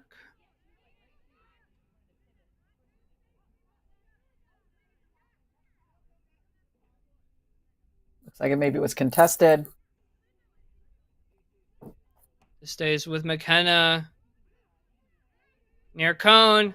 In for the goal. Groom zooming across to catch it. Brings it within 3. DC getting a crucial hold to open the fourth quarter. They bring the deficit down to 3, down 14-11 to Medellin. I think this is really going to be right up till the very end. I wouldn't be surprised to see if we have a very exciting finish to this game, possibly even some overtime if DC can continue this nice, clean offense. Nice work there from DC. One of the players cutting across and then cutting up the line a little bit, taking a few defenders with her, opening up the space for Groom to come across for the goal. Now DC needs breaks, and Revolution is going to be content to probably continue to play that small ball, continue to play out of that hex. Unless they do something like that split stack that we saw earlier, that it's not, I don't think, particularly common, except on more of those pull play style of setups. Near sideline, Mosquera floats the throw, and it floats out of reach. Shadow with a break opportunity to bring the game within 2 for the first time since probably, I think, the first quarter. Yeah, and I'm not sure if, Mascara was a little bit off balance there. That didn't look to be, a classic throw from Mascara, usually having more accuracy there, but just the wind maybe taking it away. Oh, almost. And the wind maybe affecting that throw from DC. As you get into the afternoon, winds do tend to pick up in general, so it's possible that maybe getting a couple of gusts down on the field. Just players wearing down. End of a long weekend, end of a long game out in the heat. Call in A little the bit of a stack. cluster. Yeah, I think it was a little pick or some sort of contact. Players getting together, stack discipline, maybe getting a little bit harder as you get tired. Absolutely. The defensive pressure, though, not letting up from either team. Revolution doing a good job moving the mark, finding that around throw for the goal. Takes them to 15 points. Medellin doing a really great job of maintaining their composure, moving the defensive pressure and marks of DC in order to open up that cross-field window for the hold, taking it back to a 4-point advantage. Yeah, I'm glad you used that word composure. That was the exact thing I was thinking about. Even though they had to take a couple of opportunities on offense to punch it in, staying calm, staying present, and reversing the field when they needed to. Cartagena getting the assist to Hoffman. Two names we said quite a bit today. Cartagena dishing it all over the field, putting some really nice touch on that angled throw. Hoffman, perfectly timed cut to generate that open space, that window for Cartagena to find her. 4-point margin, just over 8 minutes to go. Revo continues to be in control of this game while DC needs to continue to push. Wonder if we'll see the deep game. Speaking of, floats perfectly. Oh yeah, no problem. Just a couple of throws, and that's a DC Shadow score. Quick score. Exactly what you want to see if you're a fan of Shadow. So Lizzie Laurie to Bova. Bova also being super quick. A fantastic receiver. Had been behind the disc a little bit and go on the other side to receive that pass. That was super nice. Just one centering pass, throw, touch, plenty of float, tons of space for the receiver to go chase it down. No problem at all. Defender knowing there's no way to prevent that. You love to see it. Some beautifully touchy throws. Receivers just timing their cuts perfectly. Well done to DC. Still need breaks, as we continue to say. I noticed Mascara was off that point, maybe taking a breather before getting him back on offense, and then DC did not allow for much of a break. Yeah, Revo will need to continue to dig deep as we get about third of the way through the fourth quarter. Working up the near sideline. Our Medellin resetting wide, continuing across the field. Textbook offense.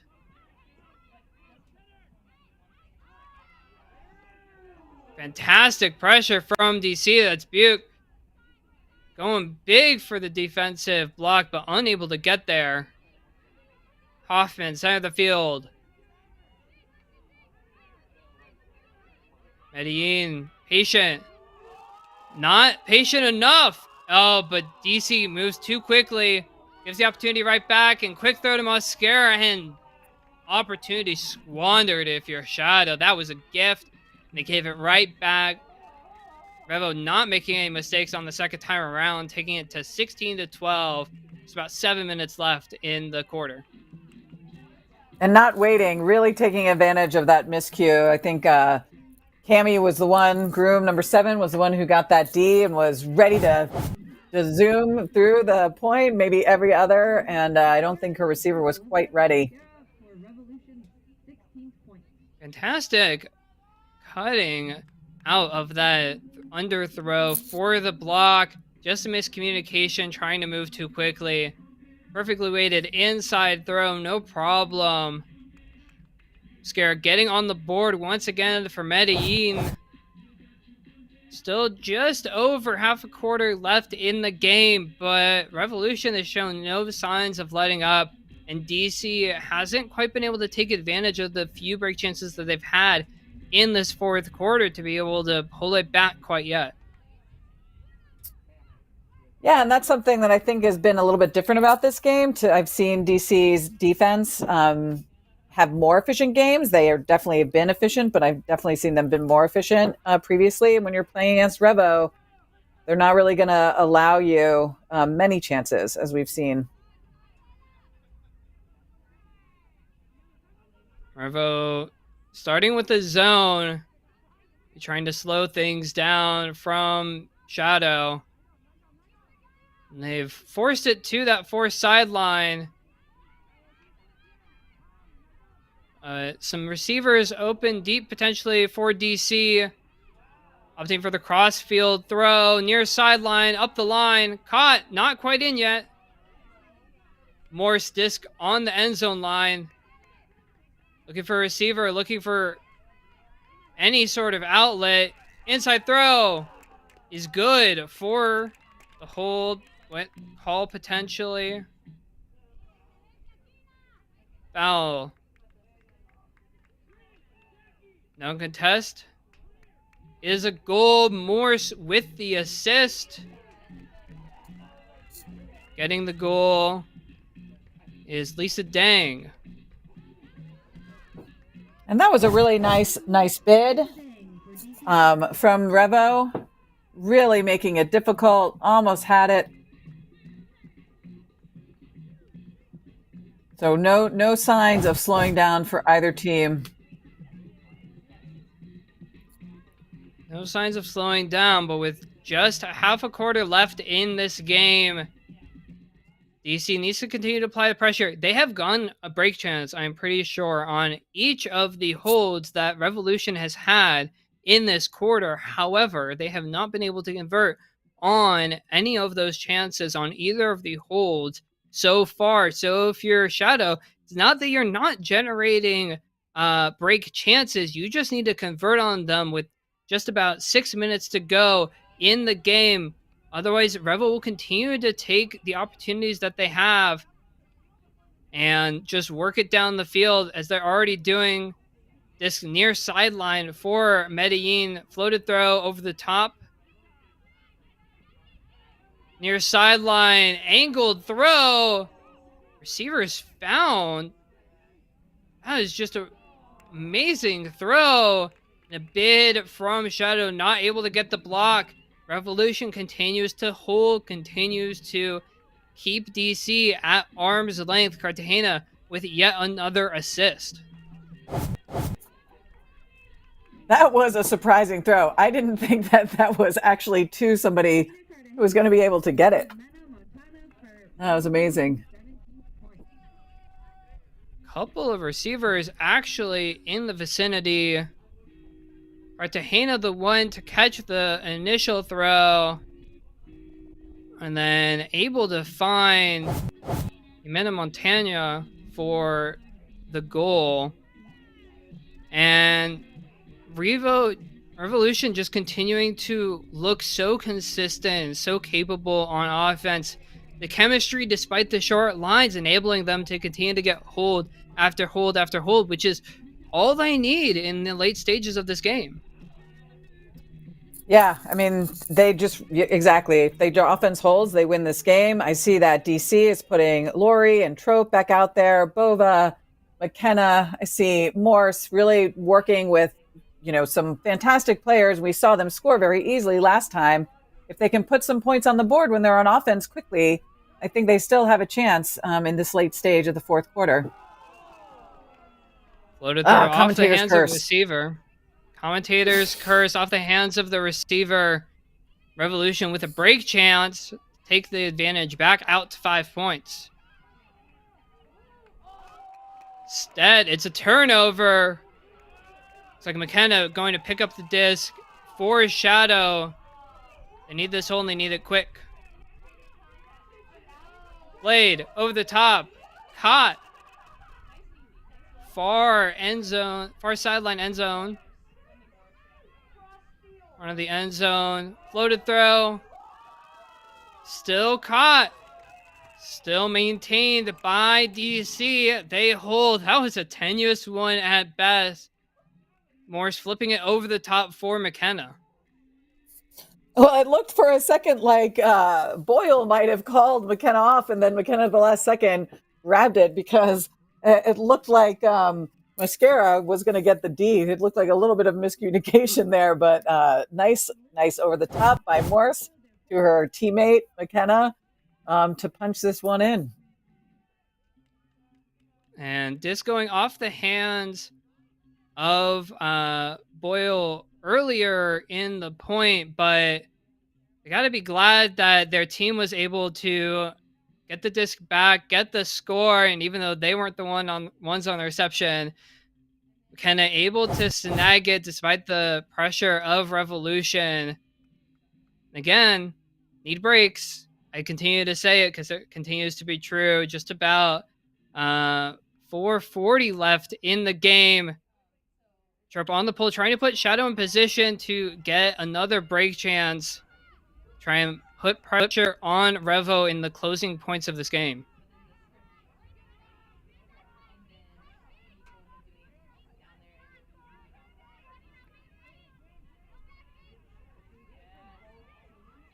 I love the This far mascara Buke. sideline. Yeah, Mascara Buke matchup. Great. Pick called. Disc on the far sideline with Medellin. Buke and Mascara, two of the best deep defenders, deep receivers in the game. That's a fantastic matchup. Really glad that we're getting to see the two of them go to work. Buke looking to find the pressure on the defense, but the throw floats out of bounds. Revolution may be feeling a bit pinched on the far sideline, and the throw floats out of bounds. We're going to pick up. Will we see a huck immediately, and Buke continuing to move the disc up the field because the throw went out of bounds so early. Buke putting it up deep. 4 players in the vicinity. Oh! Cut! Score! DC! Break! 17-15. Oh my! That was a gift to DC from Revolution. That was Raha Amazafari, name we haven't said so a lot today, and just such a powerful player. Also, battled back from an injury early this year, and just watching that disc, staying keyed in, never giving up. Love to see her laying out like that for the much needed break. Just talking about Buke on the defensive end, showing her throwing prowess, putting it up. Initially, I thought this was all Mascara's. Mascara getting up, but unable to get a full hand on it. And the veteran, Mozafari, maintaining her concentration, coming up with the catch. Huge celebration. Mascara knows she was so close to preventing that. And now it's within 2. Now it gets interesting. Just over 3 minutes to play. Can DC get another break? They're able to apply the pressure once, forcing and keeping Medellin on that sideline. Can they do it again? Poole not quite able to stay in bounds, so Revolution will be able to start with the disc in the center of the field. Wanting to hold and probably wanting to run as much time off the clock as they can as we hit 3 minutes left in this game. Yes, I think if I was Mauricio Moore right now, I would be talking to the players about tempo, slowing it down, using this last minute. We know after within the last 2 minutes, the clock stops more frequently, but at least taking off as much time on the clock as possible while still maintaining possession. Revolution starting in a split sack, trying to isolate Manu. Manu marked by Groom. That is also a fantastic matchup of two of the best players in the world. Manu with the disc. It's stranded, but near sideline. Call.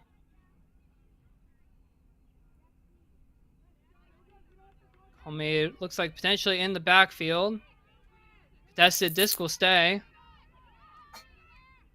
On the near sideline with Revolution. Reset to Manu. Looks like Leah's on. Manu inside backhand. Cross field. Buke in the area. Collects it. DC. Oh, but just miscommunication. Revolution short field now. But the block immediately back. Oh my goodness. I think everyone's feeling a little nerves right now. Trying to finish out this game.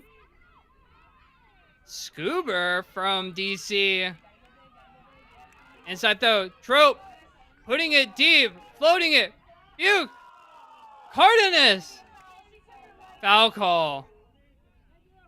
That was a great play. I hope we get to see that again.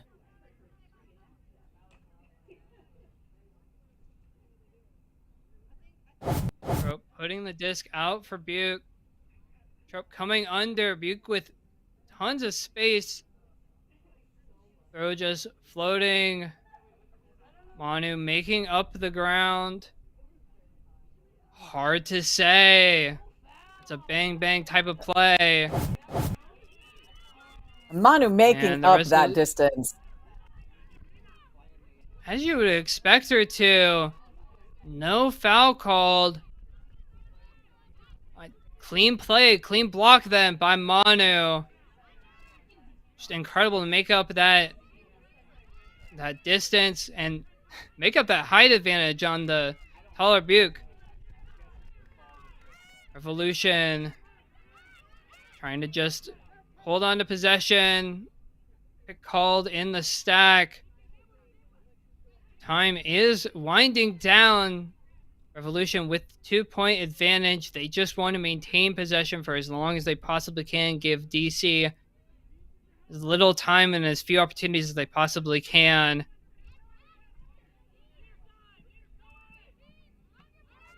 And this is where sometimes passions can run high, see a couple more calls. So while we do enjoy the hard defense, making sure that it still stays competitive, but with high spirit is important. But it's hard at the end of these games. Absolutely. It looks like from the hand signal, travel was called. This will say timeout taken by Revolution. What do you think, Eileen? Probably some sort of play to be called to start taking off the seconds. Just about a minute left in this championship final. Revolution looking to close out DC. Yeah, I mean, this is their last time out for the game. Based on what we've seen this point so far, I think more is maybe just bringing the team in, getting them to take a deep breath, refocus, recognize that, they're not, running away from defeat, but they're just going to continue to sprint towards victory and, really just finish the game strong and playing within themselves. Absolutely. And I mean, if you're on the side of Shadow, this break maybe gives you a chance to drop some defensive plays, some look to try and apply as much pressure as you possibly can to Revolution, try and get an immediate turnover. Down to just about a minute to go. I would not say it's out of reach for DC, but they need a turnover and they need it immediately. Otherwise, Revolution be more than happy to run out the clock. Yes, agreed. They want this to happen quickly so that they at least have the opportunity to tie it up and go into overtime, which I think only benefits DC. Like Revolution had maybe too many players on the field, and so an unusual yardage penalty being put into effect for having too many players on the field out of the timeout. Rizzio maybe trying to get some substitutions and a little bit of confusion on who was on the field. Medellin having to take it a few steps back near sideline. DC trying to pile on the pressure. Pick called. This will stay. Presumably stall count getting high. We'll see what Medellin is able to do. Try and get out of this sideline set. It's one way to do it. Manu coming back for the reset.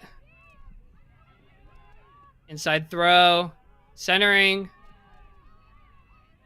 Revolution trying to be patient, taking the small throws. Yeah, and they don't need to score, right? They can just continue to hold on to the disc. They don't need to score, but that's a turnover. But not very much time left. And immediately it turns right back over. Revolution just needs to hold on to the disc.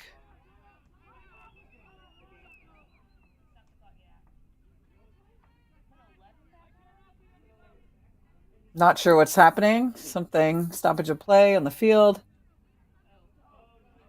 Some confusion. Is there potentially a timeout taken by DC before the turnover? Oh, that would be lucky.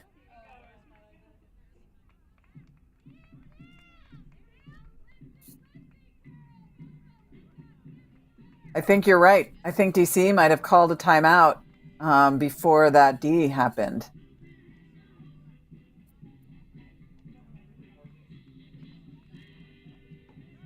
which case, clutch timeout called to keep the disc in Shadow's possession.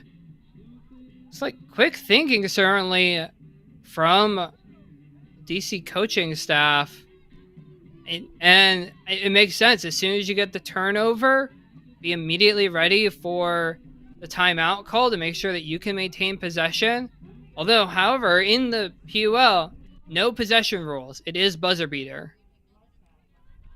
Yes, So they really have this, and then one last play if they can score before the 22 seconds expires.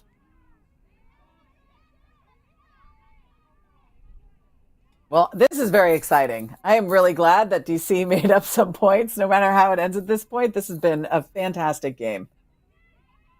absolutely worthy of a championship final. Huck from McKenna trying to make it work. Mascara in the deep space as you'd expect. And it's Manu coming through with the block. Putting it deep. Trying to take time off the clock. And collision. It's like from McKenna into the back of the Revolution player on that potentially final Huck.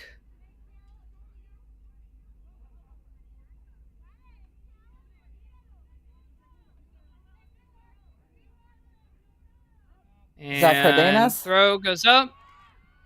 And throw is down. But I think that may be the game. And buzzer sounds. Observers are calling it. High fives are exchanged. And Medellin Revolution Pro are your 2022 Premier Ultimate League champions, winning over DC Shadow 17-15.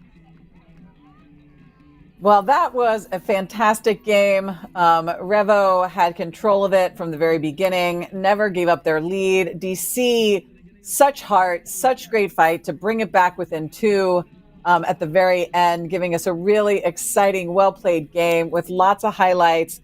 I don't know about you, but I still think that maybe McCann's bid in the very beginning is my play of the game. That was just amazing. That was pretty incredible, showing how much it can matter if you just follow the disc, putting the full effort out there. Ola Cardenas, though, with a couple of just amazing blocks coming through. The layout catch block, the clean block as it was ruled against Buke on that Huck. And in the end, Medellin riding their star players, Cartagena, both of the Cardenas sisters, Mosquera, Hoffman, all key to Revolution's success. The short roster gets it done. They go back to back, undefeated in 2022. And DC Shadow, great season coming into Championship Weekend as the 1 seed.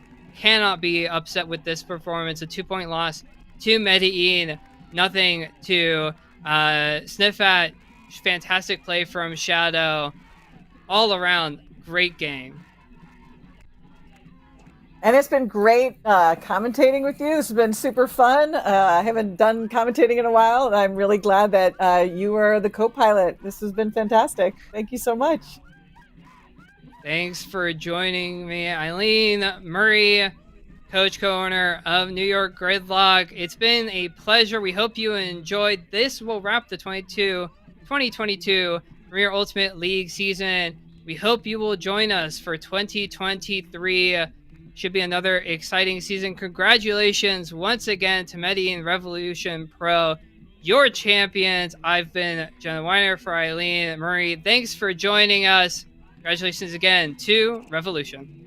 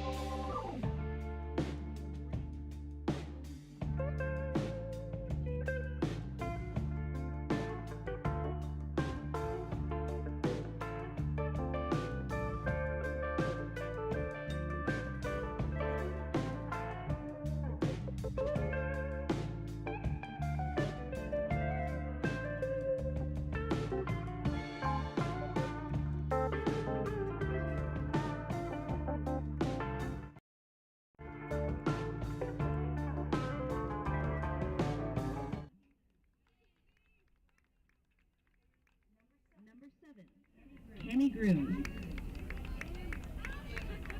Number 8, Kat Ritzman. Number 9, Annalise Peters. Number 12, Linda Morse. Number 13, Caitlin Lee. Number 14, Nada Tremonte. Number 19, Allie Wallace. Number 20, Natalie Bova. Number 21, Verena Willison. Number 22, Erin McCann. Number 23, Lisa Dang. Number 24, Brogan Jones. Number 28, Maddie Boyle.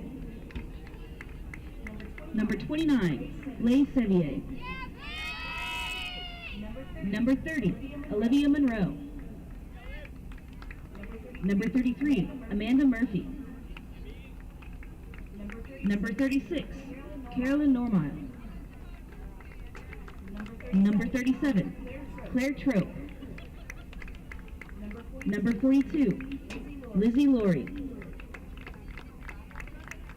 Number 44, Raha Mazafari. Number 48, Casey Gorman. Number 64, Becca Ehrbacher. Number 66, Jackie Wang. And number 97, Marlena Lord. Congrats to our runners-up, DC Shadow. DC Shadow would like to thank head coach Samantha Broadus, assistant coaches Jeff Horsfield and John Agar, team owner David Turnquist, and team board rep Lane Scher.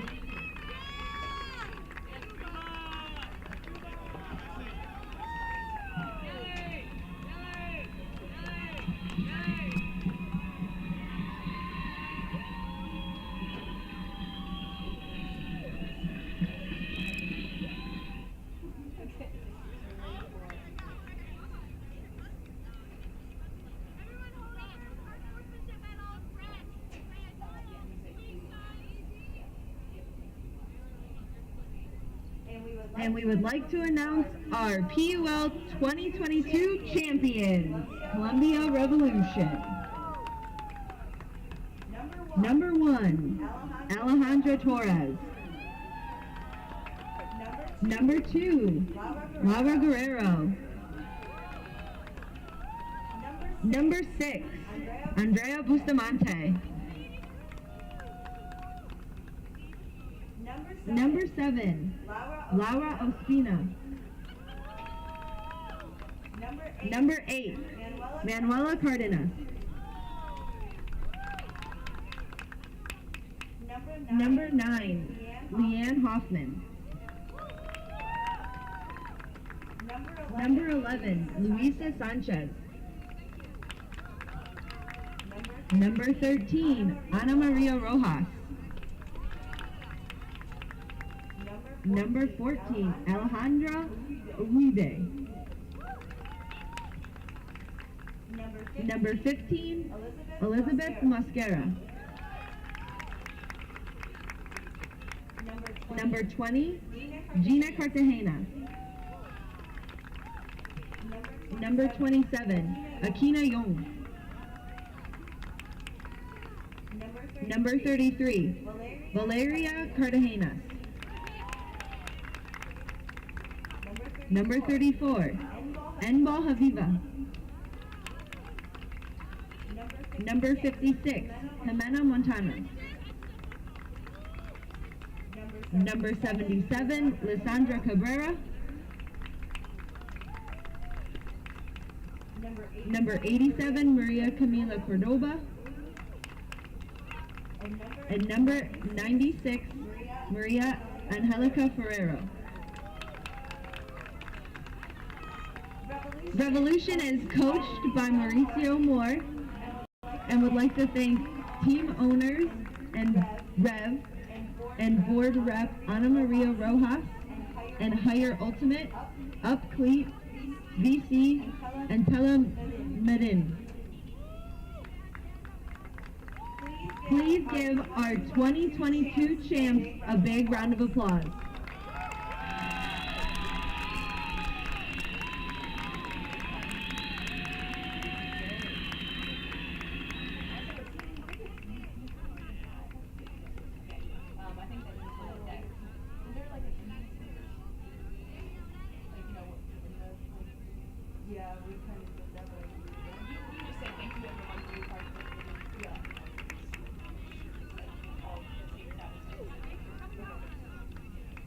We would like to thank you, the fans, for joining us, and thank the volunteers who helped to make the last 2 days special.